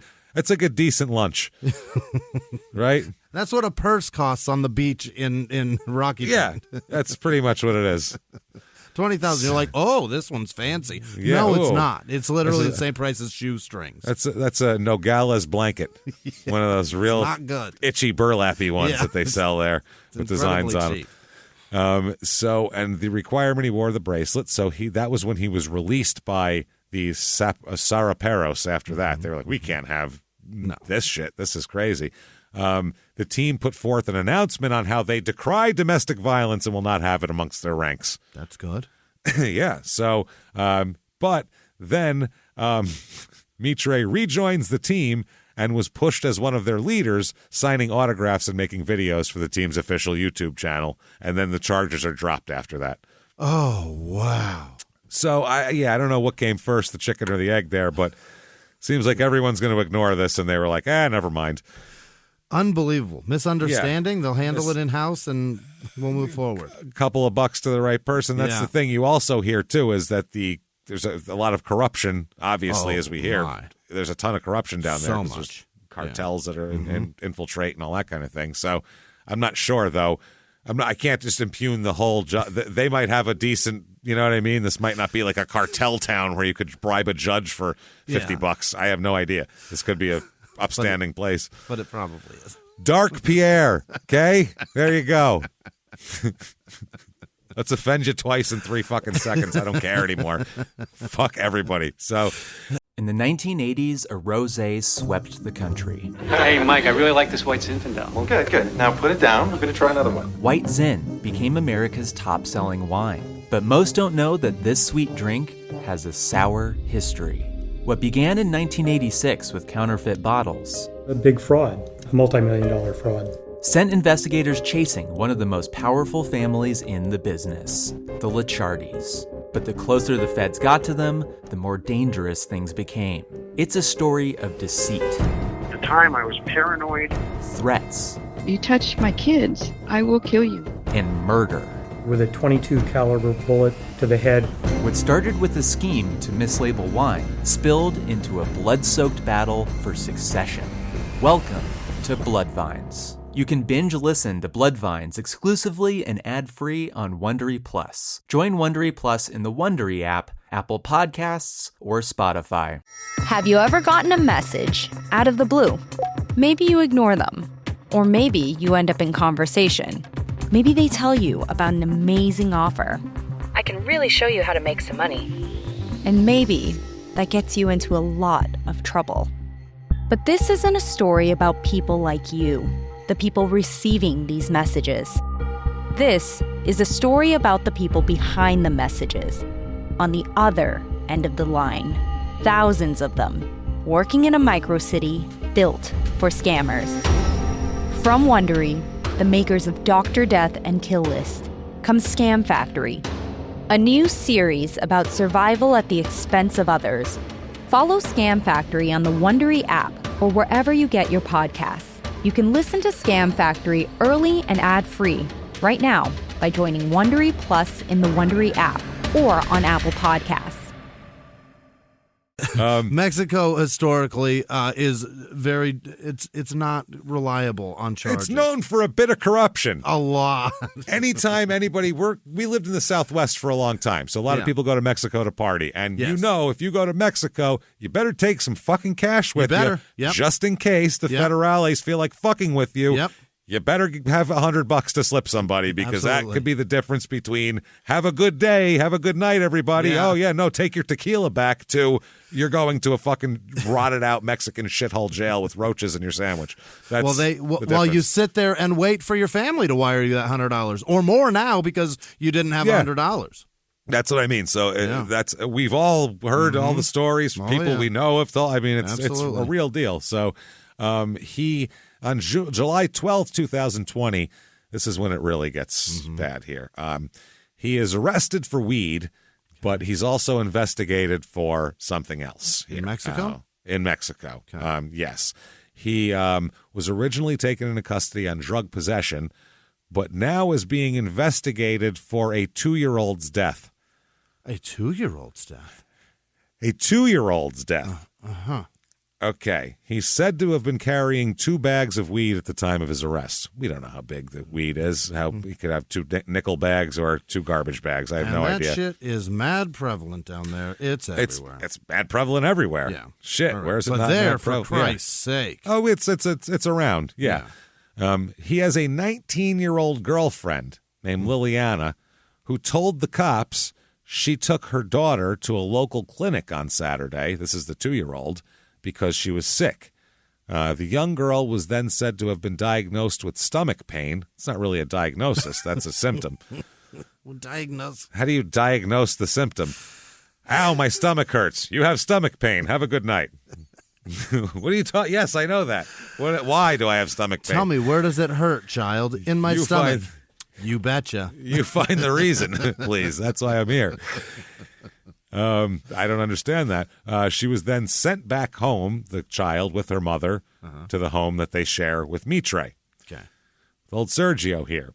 However, she didn't get better, the child, so the mother took her to a local Red Cross clinic to be checked over. That hospital didn't trust it, so she went to Red Cross, which is an international thing. Yeah. So she said, I don't know, that doctor just... he was wearing a sombrero and he tried to sell me chiclets. Like, it was, I don't know if it was like a very stereotypical, you went in and he's just very, I don't know. Pencils and chiclets, and that didn't solve the problem. It was the Mexican pimp from Willie Mays Aikens thing, and he was drinking tequila and had 2 guns, like something, I don't know what the stereotype would be, but there it is. So he's, so she takes him to the Red Cross clinic, or takes her, the little girl. Medics rushed her to a Dr. Federico Gomez Santos's Children's Hospital in Saltillo, where she was declared dead. Oh, my God, she died of stomach pain. 2-year-old died of stomach pain.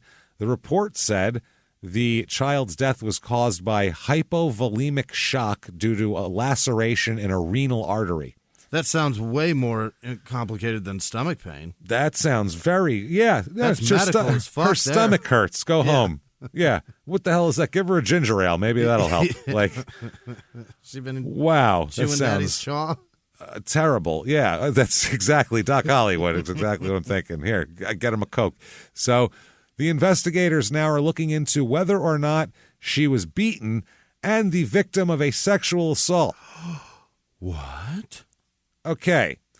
Now, the club he was used to play for there, the Saraperos, they said, regarding the arrest of the player, Sergio Mitre, we will keep an eye on the development of the investigations. They're just as silver and white down there, aren't they? Keep an eye on a child that is possibly beaten and sexually assaulted? Keep an eye?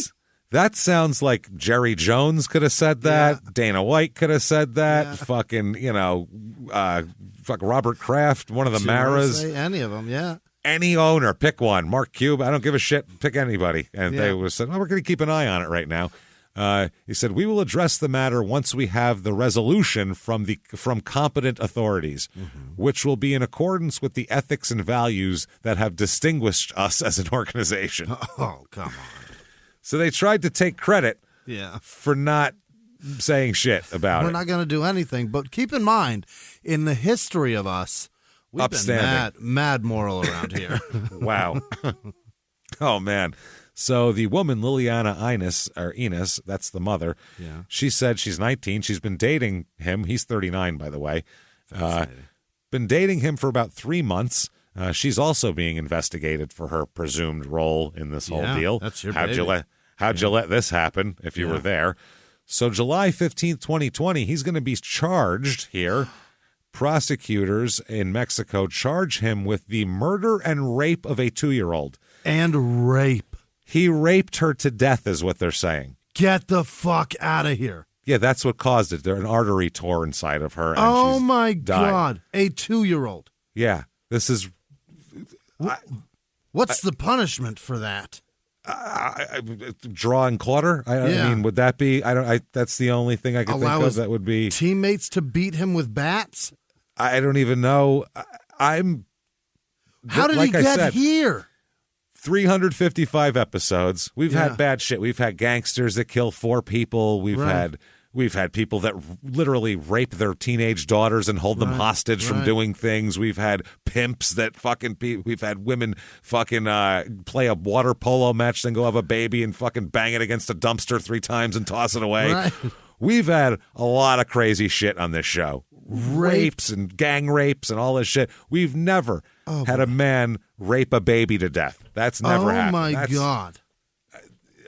The reason why that's a joke on Reno 911 is because it sounds, it's the craziest thing you could think. Yes. What's the worst thing that little boy could have done on Reno 911? What's the worst? Raped his little sister to death. That's the worst thing we could imagine human. There's nothing worse. You can't do anything worse to a child. You mix the 2 worst crimes together with a baby, and there you go. You have this monstrosity of a fucking piece of human shit. Unbelievable.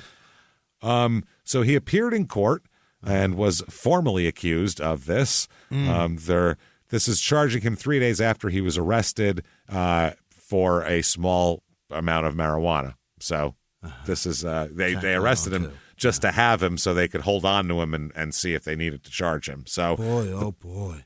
The prosecutor's office said the poor baby bled to death due to injuries suffered in her abdomen and back. Internally bled to death. Yes, because a grown man shit. did that to her. She suffered internal bleeding in her esophagus due to the rupture of an artery as well. Oh, my God. He did everything horrible to this child. This is horrible. He dated her mother for 3 months. 3 months he was dating this woman, and he did this to a baby. It's not his baby. It's just 3 a baby. months. 3 months. Of in 3 months, courtship. he got this idea in 3 months. What kind of a sick motherfucker? So what has he done before? Right. Nobody at 39 just goes, man, you know what? Never thought of raping a baby, but I think I'm going to fucking give it a whirl. No one does that. Oh, man. Was this something has happened before? Was this to hurt the mother or to hurt the child? To hurt society as a general, like everybody. This is I don't even know. To damage the world. I'm damaged right now, and I don't know any of these people. And this is like, are you kidding me? Like, for real, this is fucking horrific. Yeah, we joke around and everything else. And how do you get there? Yeah, all joking aside, what the fuck? Fuck this guy. Like, truly, zero redeeming. No, after that, that's it. You're done there. So according to the prosecutor, Jesus Christ, this baby was with Sergio and also her mother. With the girl. That's according to the prosecutor. With Sergio and Sergio's girlfriend. Okay. The 19-year-old mother of this baby, when she was beaten and sexually assaulted between midnight and 1 p.m. local time Sunday, they said. So sometime in that 12-hour. Yeah. She also suffered injuries of the mouth, eyes, face, arms, abdomen, legs, and feet. They beat this baby. The whole body. Reports also indicated that she was reportedly sexually assaulted with a foreign object. No. Yes. He tortured and beat and raped and fucking everything this baby to death. Unbelievable. That's the charges that he's facing right now. Oh, my Someone did that, and it was him and the mother in the room. And I'm fucking, wow. How do you get there? I don't understand what is it. Because if your object is to make it stop crying, if the baby was crying, those are not. All those do is amplify the crying. No, there's something else here, man. This is something else. Oh, fuck me. This is, I don't even know what to say. It's too far. Yeah, I would say so. The Mexican Baseball League released a statement saying they're definitely done with him, basically. That's the end of that. Our league strongly rejects and condemns any criminal behavior and especially acts of domestic violence that must be eradicated in our social environment. Also, when people rape a baby, we don't ever want to... We're not talking about domestic violence. We're talking about child rape. This is, wow. In our country, physical and verbal violence against women is a subject that requires the greatest of our attention. There will be no tolerance for this type of behavior in the Mexican Baseball League. Mm-hmm. Holy shit. This is... So that's the femicide? That was before. That was the girl that he chased naked and threw her back in the room, and they dropped those charges. They dropped those charges. Now this. Yeah. Holy. And this is the same girl, I believe, that he chased down the hallway. A 19-year-old? Yeah. No, that was a different woman. That was a Jasmine. This is So I don't even know this baby. Obviously, this is horrific. I mean, the mother, we don't know. The mother, she was there when this happened. So So what the fuck? Unless the mother should either have been calling the cops or have been beaten worse than the baby from trying to protect the baby. Right. While trying to call the cops. That's your job as a parent. Yeah, mother, father, anybody. If you, I don't care, even if you don't know that baby, I feel like, even if you walk by and you see this happening, I feel like it's your job as a human being. One thing we all do is try to protect the babies, at least babies. Like even kids, once they get to like 8, 9, people are like, oh, fuck that kid. He can try to get good grades. Like people like lose interest, even though the kid can't control their situation at all. A fucking baby, we could all agree. Yeah. They can't do shit for themselves. If they shit their pants still. A baby being assaulted, you should just go, great. Jump now right I in have there. to get the fuck kicked out of me because I'm stopping that. That's the only non-mind-your-own-business time is if you see this going on. If you see this going on, I do whatever the fuck you have to do. I don't care. James, I saw iron pipe and bash somebody's skull in with it. I saw a YouTube video of a monkey dragging its own baby by the tail and smothering it, and I wanted to kick that monkey in the face. That's a monkey. That's a monkey. This is a baby girl. This is a person. I would destroy that man for that. So I mean, yeah, he's pretty fucked. But you know who's even more fucked? You know who I feel even real bad for? Sergio Mitre, trade operations lead, West Valley City, Utah. He went to Salt Lake Community College. Oh, no. He went to a community college. Sergio Mitre, vice president at Picture Entertainment Sports in San Diego, California. Oh, my God. Oh, no. People ask him that all the time. You got out. Oh, no. You wouldn't even do that. After you receive a punch to your nose and check to see if it's broken, you're like, I'm not that guy, you fucking jerk. Jesus Christ. And this guy, a guy like that in prison. Oh, he's not going to last. Any human being that guards, other prisoners, I mean, someone's going to rip his fucking head off, I would think. You're the ultimate worst person in prison. Raining wrath of hell is coming for you. Every group. Yeah. Every group. Everybody's going to hate it. Yes. The Aryans and the black guys would team up to kill you. That's how bad it would be. Everybody would want to kill you. This would be horrible for you. Also, Sergio Mitre, who went to Cal State Fullerton and works at Arbor Contract Carpeting in Anaheim. Oh, my God. He went to Cal State Fullerton? He's got that job? That's what I mean. And Sergio Mitre, director and Instituto Superior Técnico in Argentina. He also is very sad that his name is Sergio Mitre. If you see him, you figure he's running, right? That's all you can do. In Argentina, you figure that guy's running from the shit in Mexico. He has to be because but he's unfortunately for him. Fortunately, he's not him, but unfortunately, they do share a name, and your Google search is all fucked up now. Yeah. You search Sergio Mitre, it comes up. Boy. Here's a guy who raped a baby to death. Like, first There's thing. not a lot of you. There's not a lot of guys that rape and murder babies to death. So that's got to be the Sergio Mitre, results for worst human being ever. And it just comes up with results for devil incarnate. Here he is, everyone. Fucking A. Jesus. Oh, my God. So here is an article that has a lot of details about all things that could have gone on here. They don't have the event for sure. We don't know exactly what happened. Well, we're going to get some more stuff here, and just kind of a little more about the relationship between him and the mother and kind of all this shit here. This is from proceso.com, .mx, Mexico. Here we go. And this is a translation, so obviously it might be a little clunky here and there. So it said the trial began for him this Monday, the 10th, I guess it said here. This is from 2021, I believe. Trial begins for Mitre, who is accused of femicide of a 22-month-old girl. Dear Lord. Not even 2, Jimmy. Not even 2. Not even. Not even 2-year-old. You can say 2-year-old all day long, and you can see what that baby sounds looks terrible. like. Not even 2. Not even 2. A 1-year-old baby. Yep. That baby's 1. Oh my God. Jesus, that's so much worse. It shouldn't be, but for some reason, every day makes it worse. Every day younger is worse for some reason. Yes. I don't know why. Because that baby has 3 words that it knows how to say. That's why. It makes you just less of a person.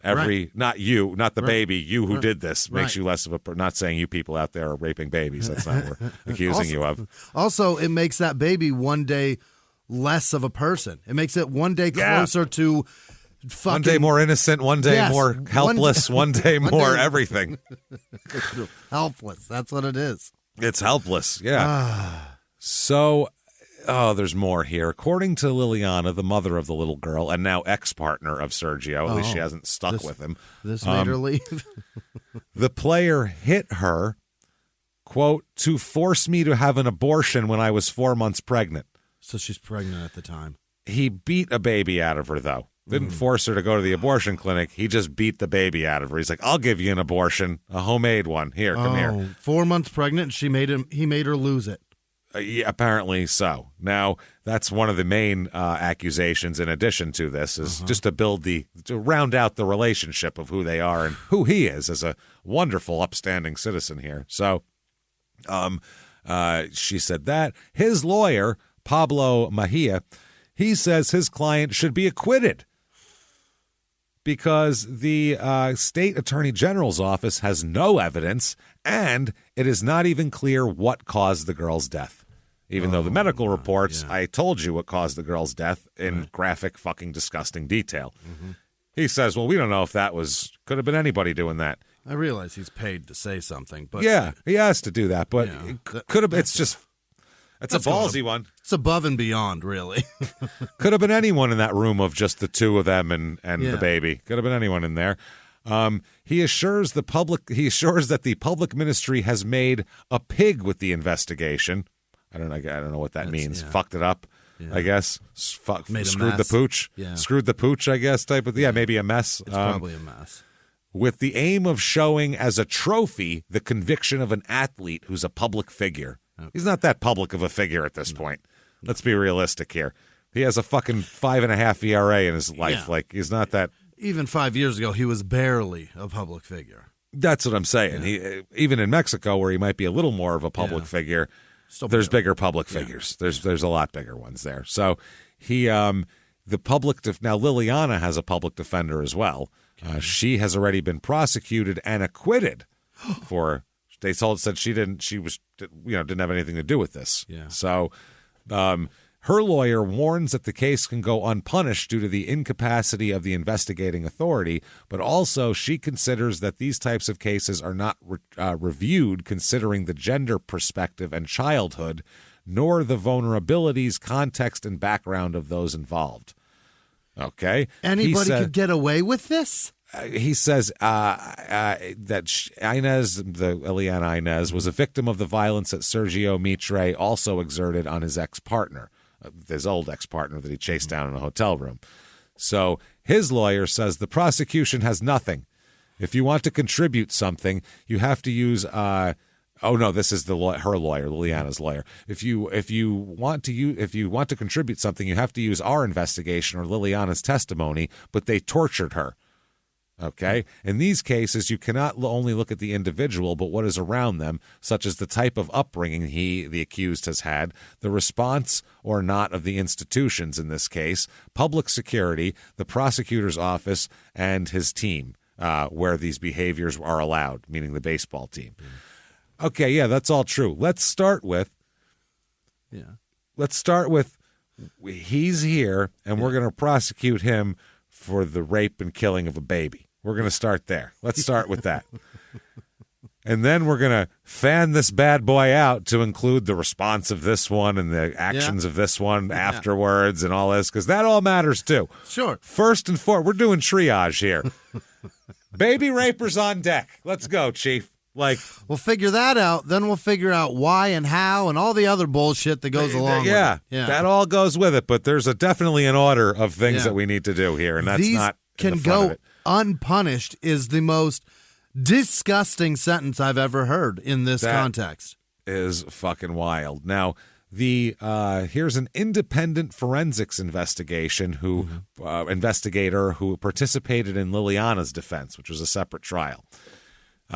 He said, this lawyer, Valeria Baltazar, says there are expressions of masculinity validated by other colleagues because they also treat their partners that way. So, his buddies and friends say it's fine to kick his wife's ass or his girlfriend's ass, as well as by the owners or managers of the teams, and there are no consequences. They just pat him on the back and take him out to show his face, ask for a public apology, and that's all that happens. Okay, yeah, that's a fine point. Yeah, but as reprehensible as any kind of domestic violence is, beating up your adult girlfriend, as terrible as that is, and it's really bad. Like we say, it's down on it's on the real low end of fucking human behavior. Yeah. Raping a baby to death is there's so many rungs below that. It's below the house. Dug a fucking hole. Yeah. Got down to where the mole people live. Yeah. Near the Earth's fucking lava, magma core. That's where we at. That's how far under this shit you are. Raping a baby to death is where things go when you flush that Pittsburgh toilet in the basement. That's where that is. It's not. You go, oh wow, I don't know where that goes. Wherever that went, that's where baby rape behavior is at. That's disgusting. That's by far the worst. And that's, like I said, we are splitting bad things, but Sure. there is a triage. Yeah. Right. When a bunch of near-dead people come into a hospital, they go, who's hurt the worst? Right. Literally. That person has an arm missing, but he's got a big hole in his head. So Who's arm person closest missing to death? Yeah. isn't less of a person. It's No. just that guy's got a hole in his head. We got to fucking deal with that right this second, and 2 seconds later, we'll deal with that. So the one lawyer here said they are creating a scenario to condemn him where Sergio is seen as a violent man to prove gender violence who is aggressive and abuses women. This is his lawyer. Yeah. The prosecutor's office has the task of proving Sergio's responsibility, and with nothing we have here, they can say that he killed the girl. Okay. So just because there's no fingerprint on, I don't know. There's 2 people in the room. If she's acquitted, we're still trying him. Yeah, that's what I mean. I would say, because she got fuck. So I guess the baby, this happened on a Sunday, July 12th, 2020. Yeah. They were at Sergio's home in Saltillo, and Liliana and Sergio were there with the baby. The baby had been sick since the day before, crying and vomiting a lot. Around noon, and obviously the baby was very sick, both asked for help from a neighbor downstairs who rented an apartment from him because he owned this house. And this neighbor took them to the Red Cross in her car where the baby suffered a heart attack, which is very normal for a 22-month-old baby. So the baby was taken by an ambulance to the children's hospital and died 20 minutes later.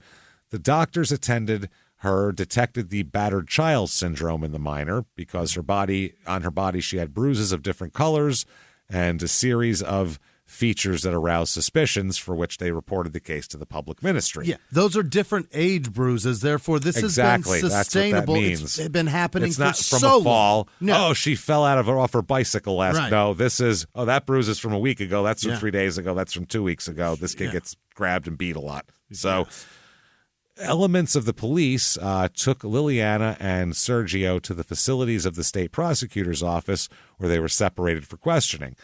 Liliana's relatives arrived by that point, and this was when the baby was undergoing the autopsy. Oh, that's terrible to autopsy a baby. Jesus Those Christ. 2 words don't go together. Fuck, that's terrible. The result was given to Liliana's father, who told this doctor told Liliana's father that the girl died as a result of an accident.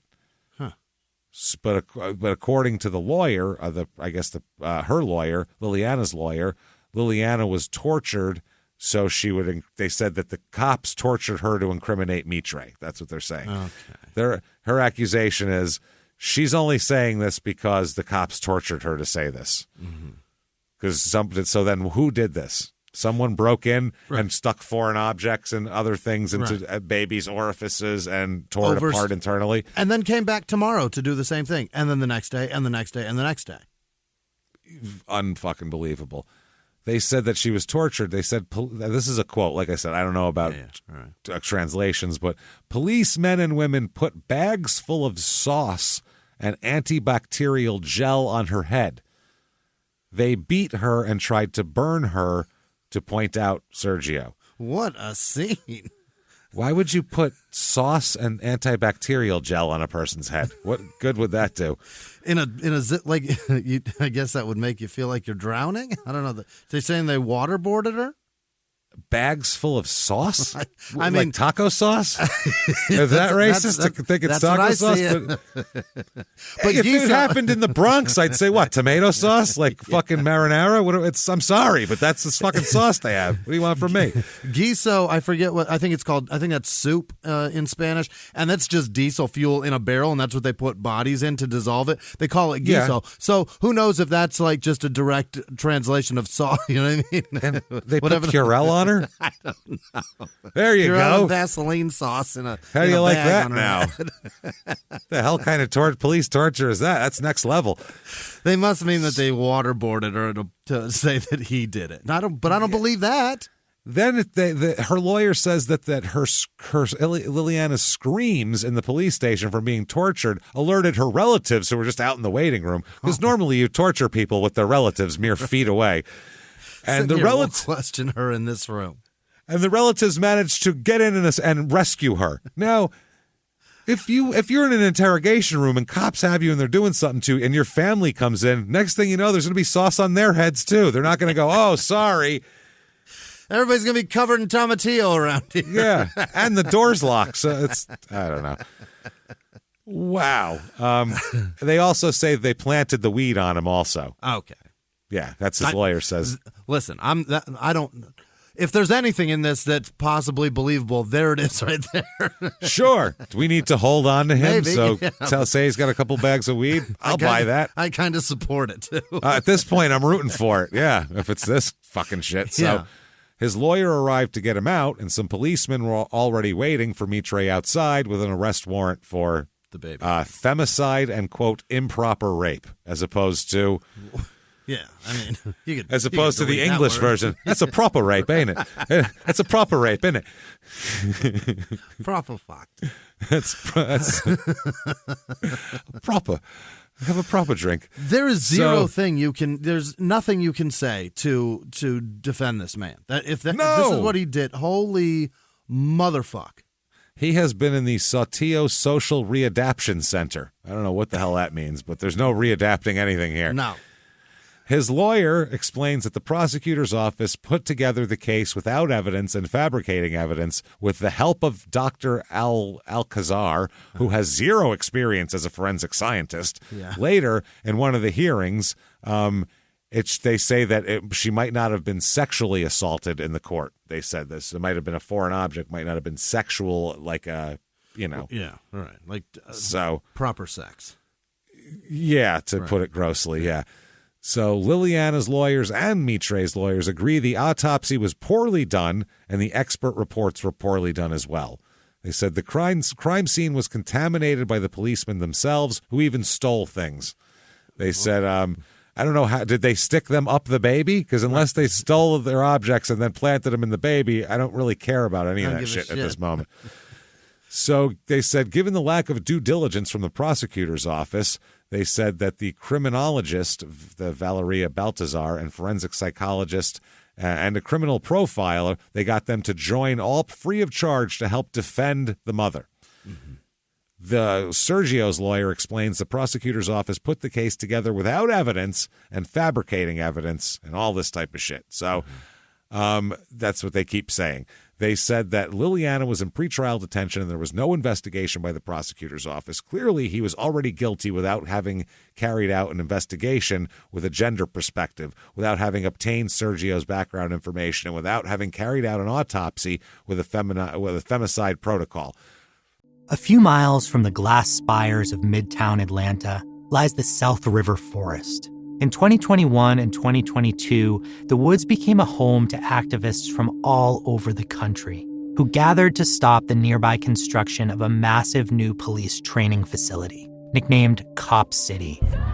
At approximately 9 o'clock this morning, as law enforcement was moving through various sectors of the property, an individual, without warning, shot a Georgia State Patrol trooper. This is We Came to the Forest, a story about resistance. The abolitionist mission isn't done until every prison is empty and shut down. Love and fellowship. It was probably the happiest I've ever been in my life. And the lengths we'll go to protect the things we hold closest to our hearts. Follow We Came to the Forest on the Wondery app or wherever you get your podcasts. You can binge all episodes of We Came to the Forest early and ad-free right now by joining Wondery Plus. In the 1980s, a rosé swept the country. Hey, Mike, I really like this white Zinfandel. Well, good. Now put it down. We're going to try another one. White Zin became America's top-selling wine. But most don't know that this sweet drink has a sour history. What began in 1986 with counterfeit bottles. A big fraud, a multi-million-dollar fraud. Sent investigators chasing one of the most powerful families in the business, the Licciardis. But the closer the feds got to them, the more dangerous things became. It's a story of deceit. At the time, I was paranoid. Threats. You touch my kids, I will kill you. And murder. With a .22 caliber bullet to the head. What started with a scheme to mislabel wine spilled into a blood-soaked battle for succession. Welcome to Bloodvines. You can binge listen to Bloodvines exclusively and ad-free on Wondery Plus. Join Wondery Plus in the Wondery app, Apple Podcasts, or Spotify. If the kid had things up her, yeah, right. And there's two fucking people in the room, right, and nobody did shit to stop it, I want both of those people in fucking jail. Yeah. And if the mother was being held and tortured and beaten and all that, fine, then not her, but he needs to go to jail twice as much then because he fucking did that. So, and she's 19. She's a child. She's 19. He's 39. So they're in his house. He chases women naked down hallways in front of witnesses. He doesn't care. She's very scared of him. So no matter what threat he makes to that baby, she's scared, probably too petrified to fight back and defend her own child, which is even more sad. Makes it even worse. Yeah, it's fucking horrifying. They go on to say that the team arrived to carry out an investigation of the violent deaths of women as should be applied according to the UN protocol. From the outset, they requested the exhumation of the minor's body to take samples that were needed.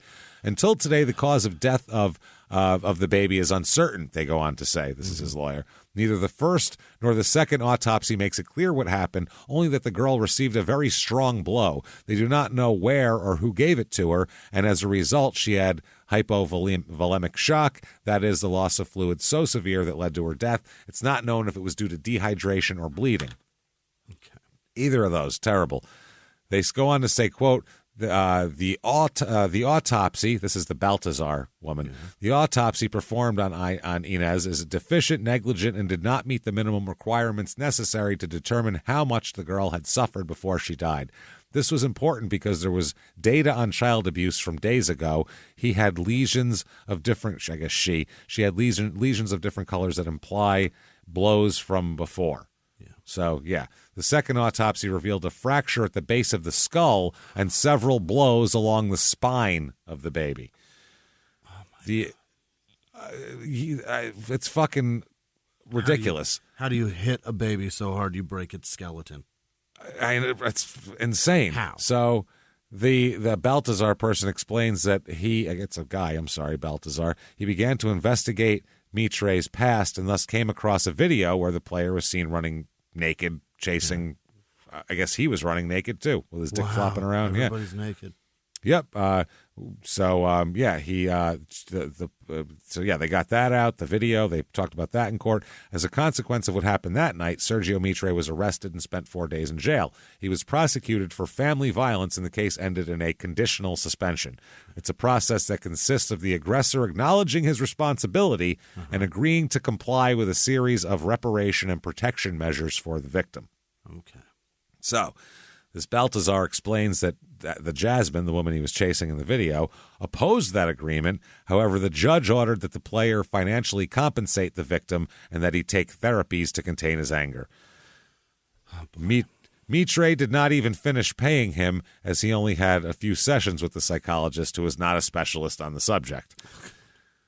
They go on to say, we have the data of other victims who were Sergio's partners and his own friends. Her friends that we interviewed were between 20 and 22 years old. They knew about Jasmine, and they said that she was down, that he would have hit her, but that was between them, and she didn't do.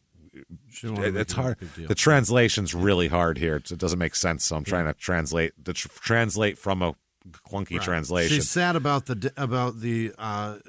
that it happened, conflict between the two, but it's between the two of us. Is what it doesn't want the friends involved. She told them, and that's a cultural thing also, because it's privacy. a very masculine. Yeah, it's a very masculine society, and the privacy fucking matters to them. Yep.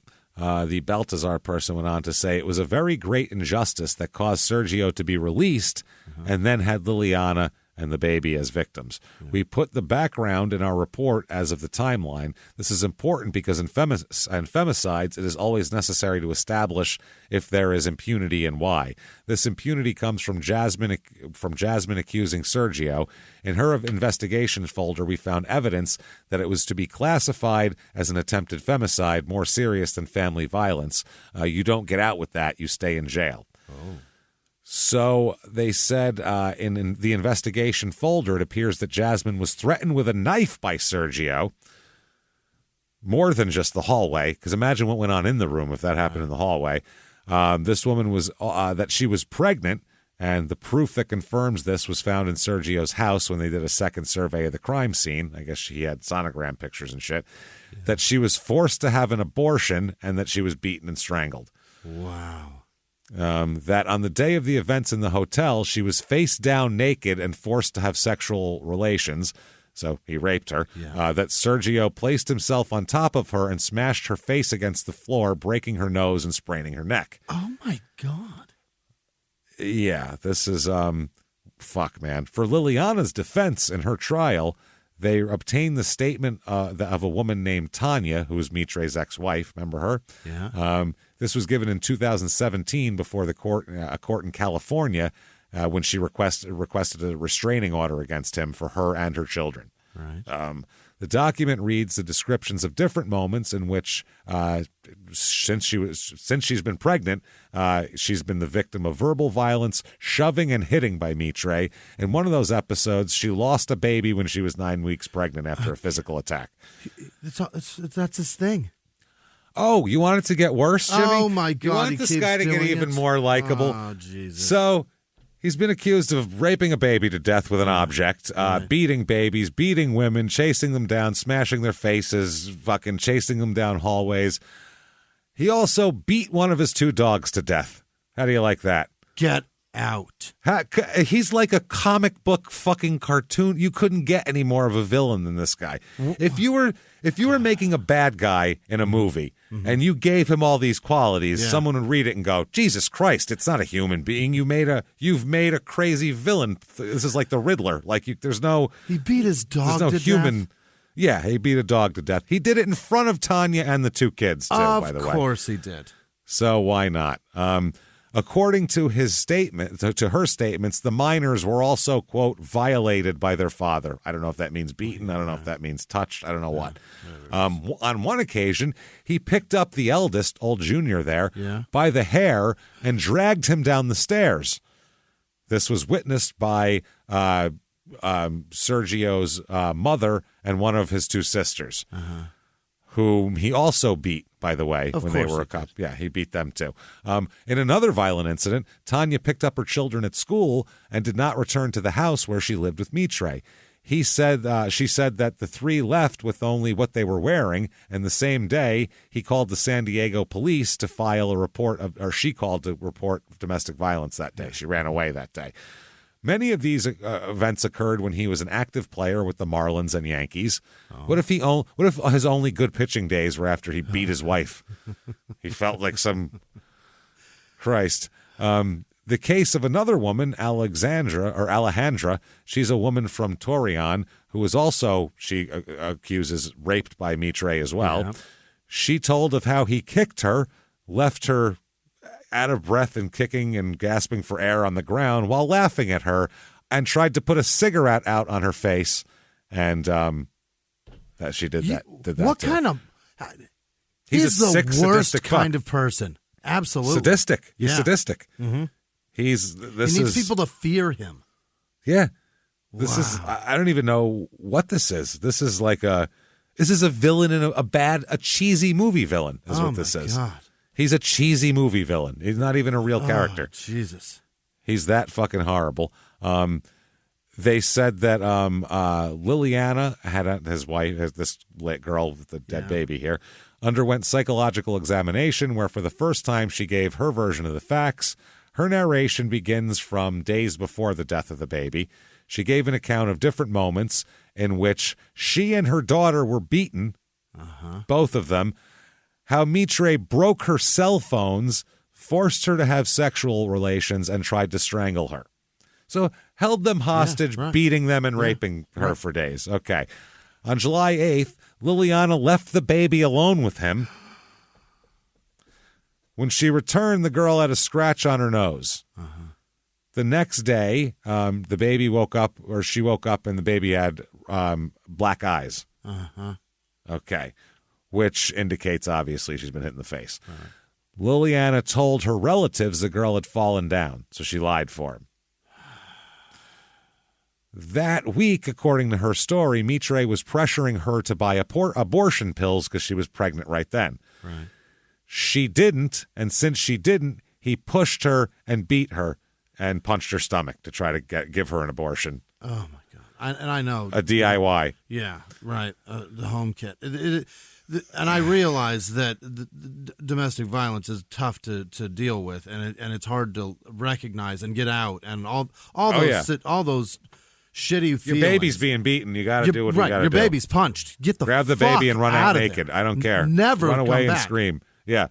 That's, if you leave, come back with 5 cops. You know what I mean? A 1-year-old was hit in the face. You go, That's I'm going to go to the crazy. store, and you come back with as many cops as will follow you. That's what you do. Like, you I'm send sorry. the cops you can do that. and you don't even go back. You don't even have to go back. Right. That's where it is. Right. Go get my baby and fucking arrest that asshole. You know? So it's like I said, it's hard to, who knows what kind of fucking life this girl had to hook up with a 39-year-old asshole like this and then not have the wherewithal to protect her baby. Like, we don't know how this fucking lady came up. We really don't. We know she had a kid when she was 17. Right. So that's hard, you know? So And I don't know. She's got a second one on the way right now. She may have had him before, too. Who knows? Yeah, she's an abused teenager at this point. Exactly, So it's hard to do that because we don't know what kind of control guy this guy has. I mean, I'm not trying to put responsibility on or take off of her because I don't know what her role is. But here. he's clearly I just know a predator. That I want to kill this guy. He's clearly a predator who targets young girls that probably come from dysfunctional families because this is the 3rd or 4th girlfriend he's had that's under 25. Yeah, that's what he likes. That's what he loves likes. He wants that's to what control he targets them because it's easy to control them. Yeah, he treats them like his kids. Yeah. So she was a single mother at the time, and she knew that having a child would bring her more problems with her family. Because her parents kicked her out of the house because she's pregnant, even though she already had a 2-year-old almost. So that's why she was staying with Mitre, and Liliana didn't want to get rid of the baby she was having. She wanted to have the baby. So they said that on July 11th, 4 players from the Saraperos arrived at the apartment of Mitre, or apartment, I think is what they're saying here, to prepare something to sell. Sell his property. I guess stuff to sign or do. With the baseball season suspended, the players were trying to found this way to earn money. It was during COVID. So they said Liliana narrated that. Oh, no, this is before. It was 2020. Yeah, this is it. Liliana said that morning the baby was crying and that she was washing the dishes. Liliana was, not the baby. I can picture the baby crying while washing dishes. Why do you make me do this? Sterilize your own fucking bottles. Yeah. Sergio was outside with his friends barbecuing. Okay. They were cooking. Yeah. They're on the grill. Sergio entered the apartment, took the baby by the arm, and carried her up the stairs toward a loft where the bedroom is. Oh, boy. Is what Liliana said. Liliana says that when she was running upstairs for her daughter, she heard a thud and saw her daughter crying worse than before, lying on the wooden floor. Oh, boy. After a while, Sergio and 3 of the friends went to deliver order. Oh, they were grilling food and delivering food to people that they grilled for extra money. Oh. That's what they were doing, him and the team. Home cooking and selling that. As baseball players. Like, look, baseball players are cooking this up and bringing it to you. Mm-hmm. One of them stood there and watched as the baby began to vomit.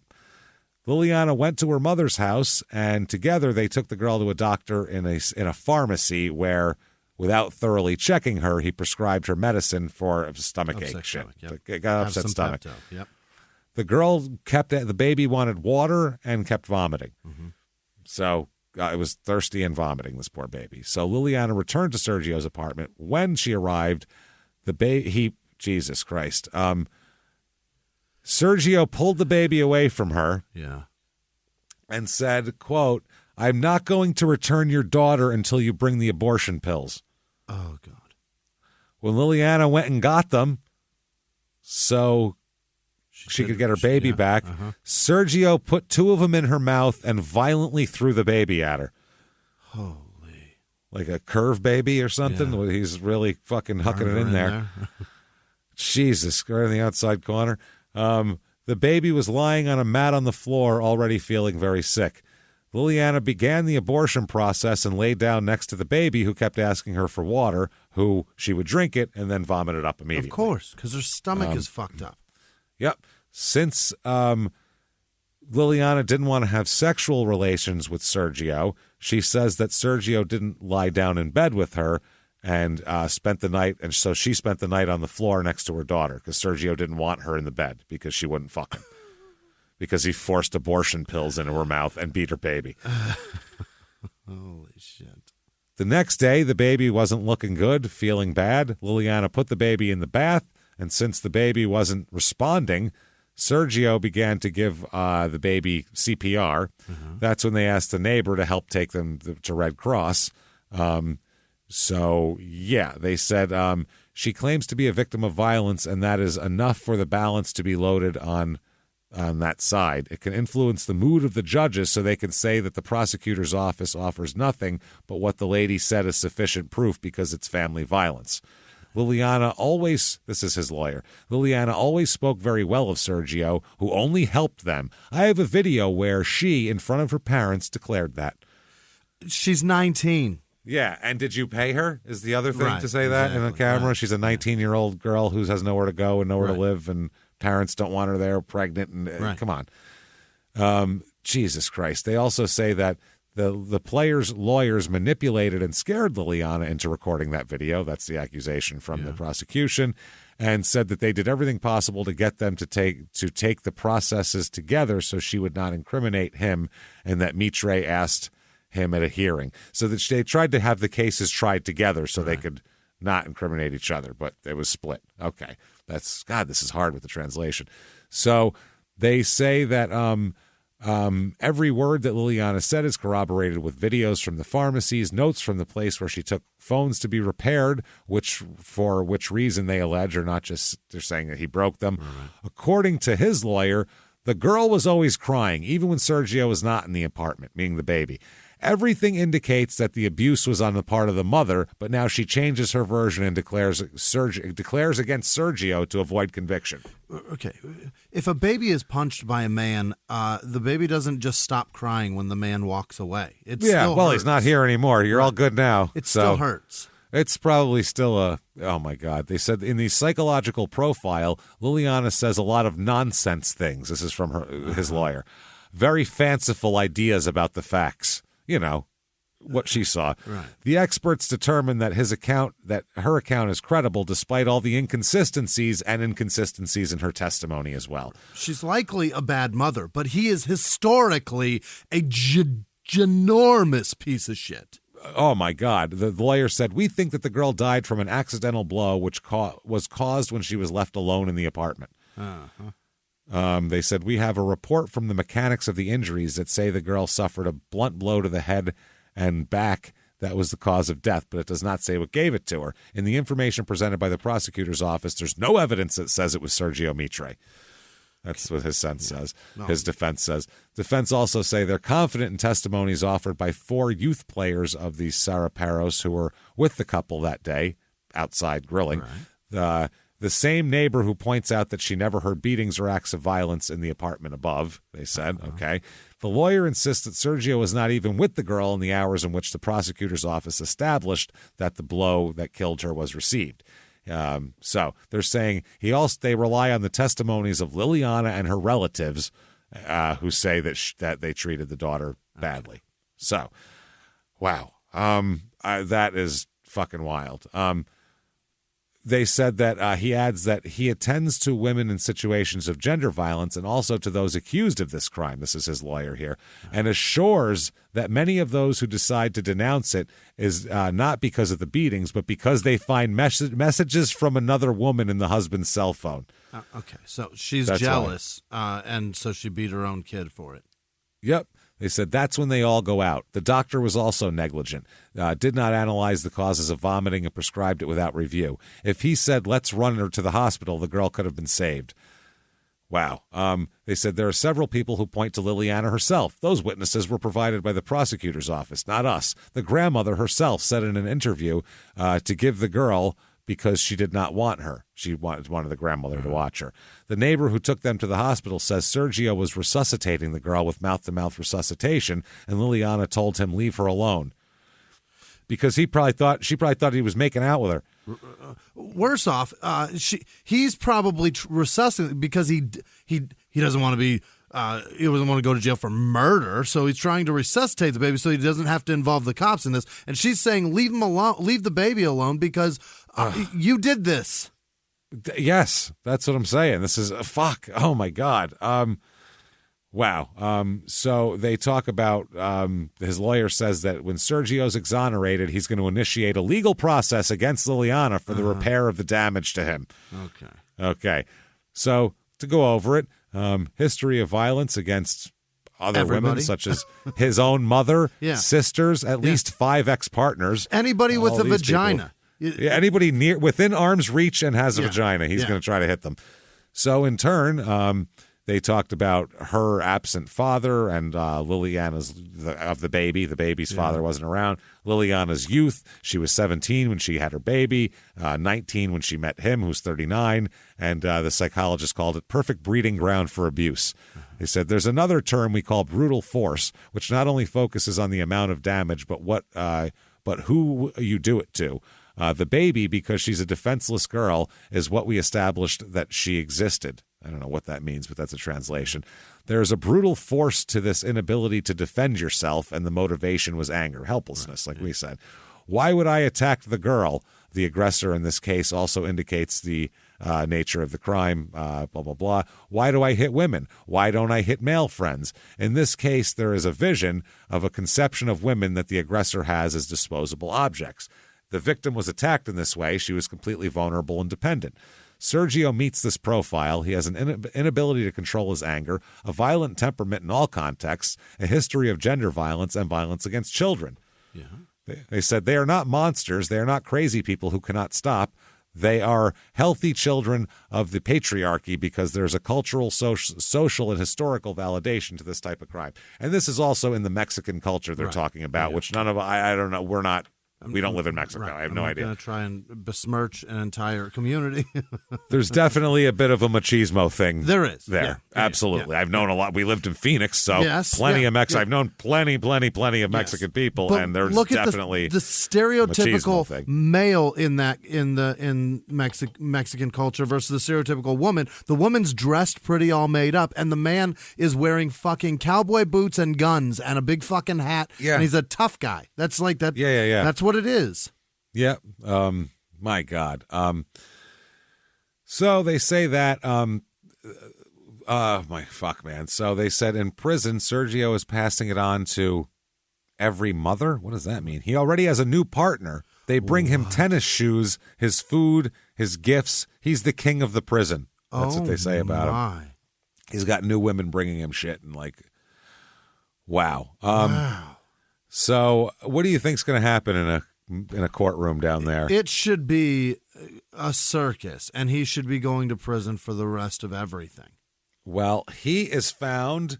The verdict, Jimmy? You're nervous. I can see it. You're like, oh no. He is found guilty. Hey. Of rape and murder. Shit. Yes. This is good shit. He is sentenced to, you, sir. I would say this with fucking soul. You, sir, may fuck way the fuck far. I can't even get you far enough off the edge of the earth to fall off of. Yeah. You can fuck that far off. 40 to 60 years in prison. In a Mexican prison at 40 years old, it's over for you. That's rough, Chief. That ain't good at that's all. not gonna go good. Also ordered to pay more than $66,000 in restitution damages to the victim's family. They said, he is guilty. Found him guilty of everything. Right. They say he tried to cover up the death by alleging it was the product of an accident. He subsequently attempted to justify his act by bringing up the abuse Liliana endured from a former romantic partner. He said, well, her ex-boyfriend used to beat her up, so she must have done this.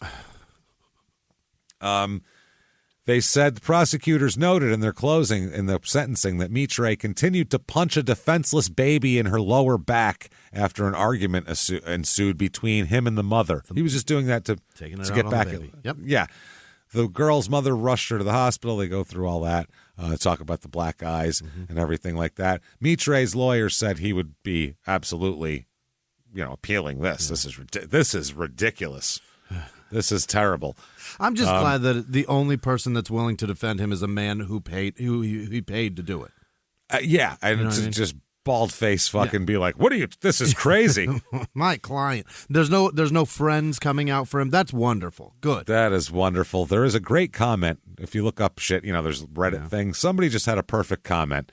And it's, quote, Satan has a new name, and it is Sergio. What a worthless sack of shit. I think that's the perfect way to put it. Yeah. I wish I could name this episode A Worthless Sack of Shit. Because that's wild. And can't get enough of Sergio. Oh, well, boy. I know you want to go to a Mexican prison and fucking beat him to death with a lead pipe, but we can't do that, unfortunately, people. I would love it if we could all tear him limb from limb. Trust me. That'd be time. wonderful. But we can't, probably will obviously. happen. We obviously can't. But you can find on Poshmark, there is a Florida Marlins Sergio Mitre jersey T-shirt. Yeah? White shirt with the Marlins logo and 52 Mitre on the back here. That is available. This is hilarious. An extra large if you're in the market. It is $36. Wow. It's an Anvil, too. It's a quality T-shirt. Some of the Redbubble people use those. Those are good. On sale from $999, $963 off, everybody. So how can you turn it down? $1,000 off. Yeah. It said this shirt is essentially brand new, minus slightly torn size and care tag. Pre-shrunk, 100% cotton. Mitre played for the Marlins in 2006, and this shirt is for collectors, especially given the player's history. Will you please buy that and light it the fuck on fire? We will. Yeah, we definitely will burn that in effigy. I would say. Let's do it. Let's buy as much it shit of his we can find and just have a bonfire. Let's burn it. You know what? Let's have a bonfire like Disco Demolition Night, except not on a baseball field where we're planning to have another game there. That's the only time that I recommend that. Yeah. Is Sergio Mitre. He's the worst fucking person we've ever covered. You win, Sergio. You're it. The scumbag of the year is already taken. Everybody locked up. You raped the baby to death. I mean, unless you raped two to death. I was going to say, unless you raped one baby to death and then used that baby to beat another baby to death. That would be the only thing worse than what you've just done. Unreal. Truly Pulled unreal. a baby out of a woman and then fed it to her. Would that be worse? While he raped her. Would that be possibly? I can't think of what's genuinely warms my heart and gives me a little bit of faith in humanity that the only person willing to say something nice about him, he had to pay him to do it. He had to pay all of them. Yeah. No one not on the It's payroll will terrific. say shit about him, Terrific. including his mother and sisters. Somebody messaged me recently and said that the Ciccarelli guy, the people that defended him, Cicerelli, the people that defended him were just being friends. He said something very incriminating that I'm not going to repeat. But he said, if James did that, you'd go to bat for him too. I was like, if James rapes somebody, I will never say anything nice about him, and I would hope he'd do the same thing with me. One of the reasons why we're best friends is we're relatively sure neither of us want to rape anybody. That's one of the reasons one of the things that brings you together. Isn't rape gross? Yeah. He said if James murdered somebody, you'd hide the gun. I'm like, if he raped somebody, I'm not hiding anything. Yes. No. It's different. That's a different story. The only thing I'm hiding for James, if he raped somebody, is my own butthole. If I killed somebody like Italian style for a vengeance thing, I'll probably hide the gun. Then Jimmy would probably help me. Yes, but not in a disgusting, Are you rapey kidding way. me? What are you That's talking a different about, story. man? Yeah, no one's helping that. That's hey, you're on your own there, pal. You've gone over the fucking line. What an idiot. So- Dumb thing to say. There you go. That's the worst person That's ever, it. everybody. Yeah, there we Enjoy. go. Sergio Mitre. You win. Fuck yourself. You win, pal. At 355 episodes, we finally found it. The worst person ever. So if you like this story, good God, you're a sick fuck. But if you enjoyed the way it was told, tell the world about it. Get on whatever app you're listening on. Please give us 5 stars. It helps so much. It does. I can't tell you how much it helps the shows. So do that. It helps drive us up the charts, which gets you seen, which gets everybody doing good for us. So thank you. Head over to shutupandgivememurder.com. Get your merchandise, tickets for live shows, especially Small Town Murder Live Chicago, August the 12th. It's going to be our biggest fucking show ever, so get your asses out there. It's going to be a wild fucking party. We can't wait. So shutupandgivememurder.com. New merch up, all sorts of stuff there. Definitely head over to patreon.com/crimeinsports. Get all of your bonus episodes. $5. All it takes is $5 or more a month. A cup of coffee will get you hundreds of back catalog bonus so many episodes. hours of time. So much bonus stuff that you haven't heard if you're not a patron. And good shit there. And new episodes every other week. 2 new bonus episodes. 1 Crime and Sports, 1 Small Town Murder. And you get access to all that shit. That's right. All you have to do is sign up there. Patreon.com/Crime and Sports. This week, the 2 episodes we're going to do for Crime and Sports, we're going to talk about Disco Demolition Night. Which is like what we'd like to do with Sergio Mitre's memorabilia. And his own remains.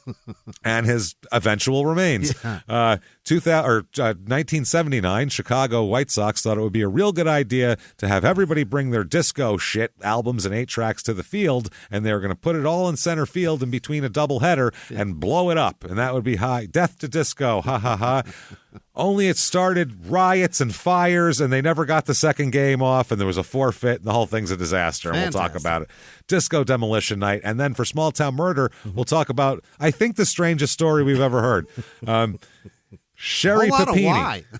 A whole lot of why. Sherry Papini story. She's a woman from California who faked her own kidnapping, was gone for 3 weeks, came back, and there is no reason why she did it. It's not for sex. It's not for money. It's not for...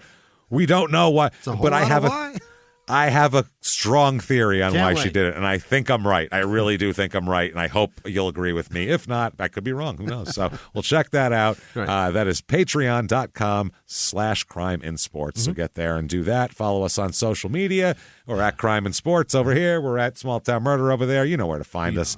Do that shit. More importantly, though, I want to hear the good names of the good people here. You want to follow this up with something happy?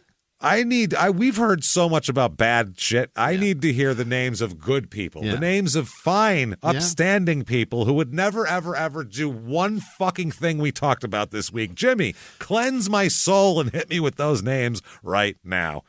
This week's executive producers are Jordan and Simon. Jordan Bennett and Simon Jett in Canada. Thank you both for coming down to hang out in Detroit. Simon. So good to see you.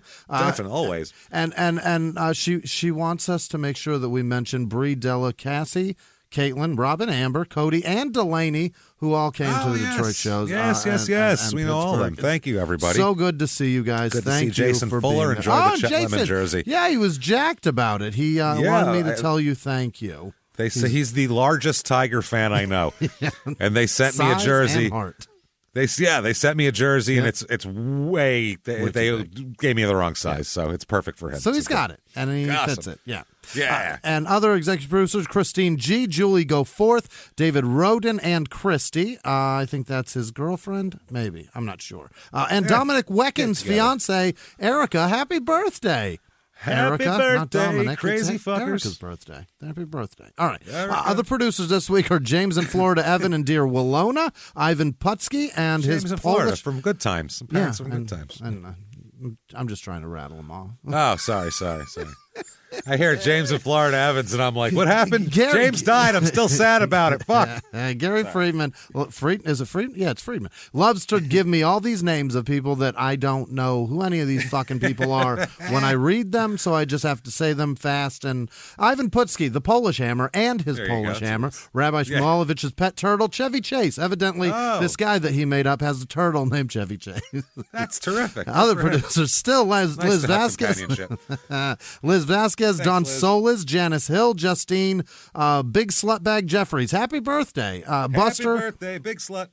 And Buster Tonsils, which is the most disgusting name that I've heard yet. Rob Buster Rhymes is, rejected rapper name. Hold on, let's be more sensible about this. Rob Wiedemeyer, Kelly Hornbeck, Kylie Schinkel, Wayne Carlson, He Michael with also no last rejected name. Busta Ovary, I believe, was another one he rejected. He's like, He can't also have that. rejected his real name of Trevor, which is probably the best move so far.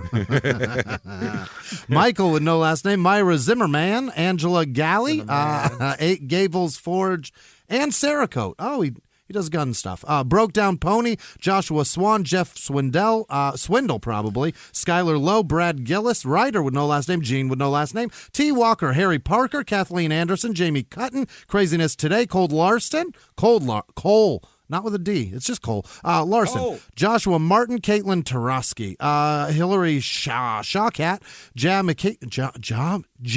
McKay. Of course it's Ja. Campisi Orc Pussy? What in the fuck is... All right, I'm moving on. Brianna Boyle, Cassandra Howard, Taylor Bean Rose, Krista Downs, Cheryl Garcia, 8 Hertz Music, Mama Daney, Chris with no last name, Nicholas Gordon, Kylie Brown, Corin Nickerson, Miranda Watson, Katie Jones, Lisa Noble, hey Lisa, Lola Galapudi, whoa boy, Nicole Johnson, Shannon Sprout, Kyle Maynard, Jennifer Ellis, Kate Zanowski, Christopher Shelton, Amanda Higginbottom, maybe Higginbotham, both them. Botham? Bottom. It's probably bottom. Robert Whiteley, Sure. Stephanie Barry, Melissa Prysack, Christy Standeffer, Karen Kennerson, Shad with no last name, Luann Alien Gina. Don't know. Alien vagina? Alien vagina. Goldie, Alien vagina. Goldie Walker, Lance Allen, Kathleen Carey, Mia Finley, Brandy Classetti. Nice. Hey, Brandy. Say it slow and you get it better. Courtney Come Cooper. on, Brandy. Courtney with no last name. Chelsea Oden. Holly Winter, Thomas Gallipoli. Gallipoli. Thomas. Hey, Tommy. Oh, Marquez. Tommy Coles. Marquez with no last name, Sonora Vanderberg Jones, Jake Selman, Jay Ivetic, Gwendolyn Ward, Amanda Bonilla, Carlos Villanueva, Suel Murray, Hillary Hansen, Keith Fleming, Tiffany Lowry, Mindy Jackson, Corey Peake, Colleen White, Rachel Murphy, Billy Murphy, Shelby Thompson, Stephanie Draper, Matt Miranda, Stephanie. Sean Connery wants to speak with you. Stephanie. Susie Q, Devin Swinney, Cameron Weber, Jennifer Oberchak, Molly with no last name, Lisa Gronewald. Oh, boy. Heather Neely, Taj King, Brandon Haynes, Tired Placebo. What the fuck? Denise Martin, Shala Flame, Chris Depay, Stephanie Anderson, Megan with no last name, Javaris Hill, Stupid Ass. Happy about that one? You proud of yourself? It's pretty easy. Mary Dickey, Courtney Newman,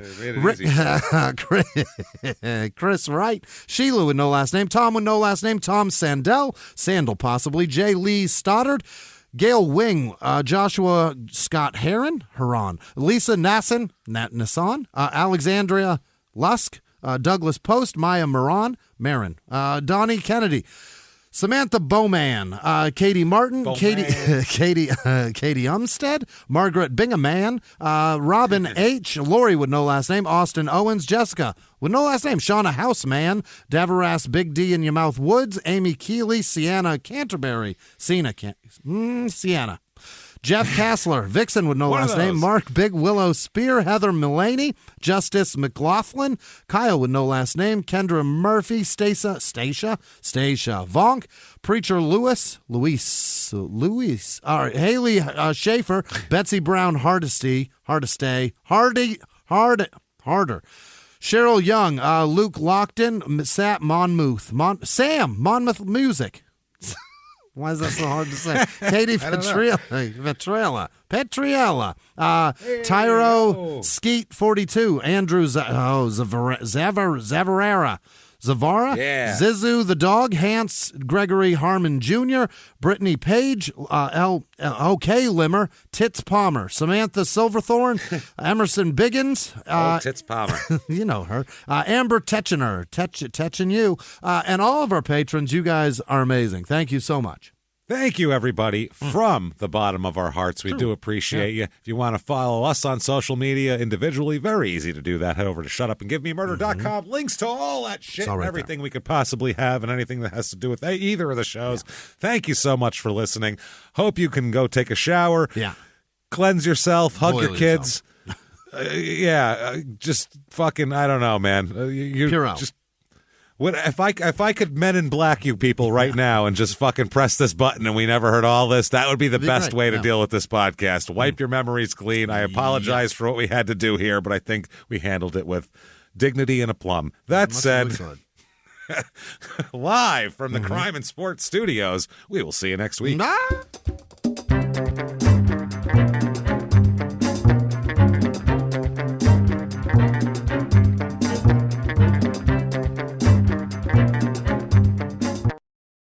If you like Crime and Sports, you can listen early and ad-free now by joining Wondery Plus in the Wondery app or on Apple Podcasts. Prime members can listen early and ad-free on Amazon Music. Before you go, tell us about yourself by filling out a short survey at Wondery.com/survey.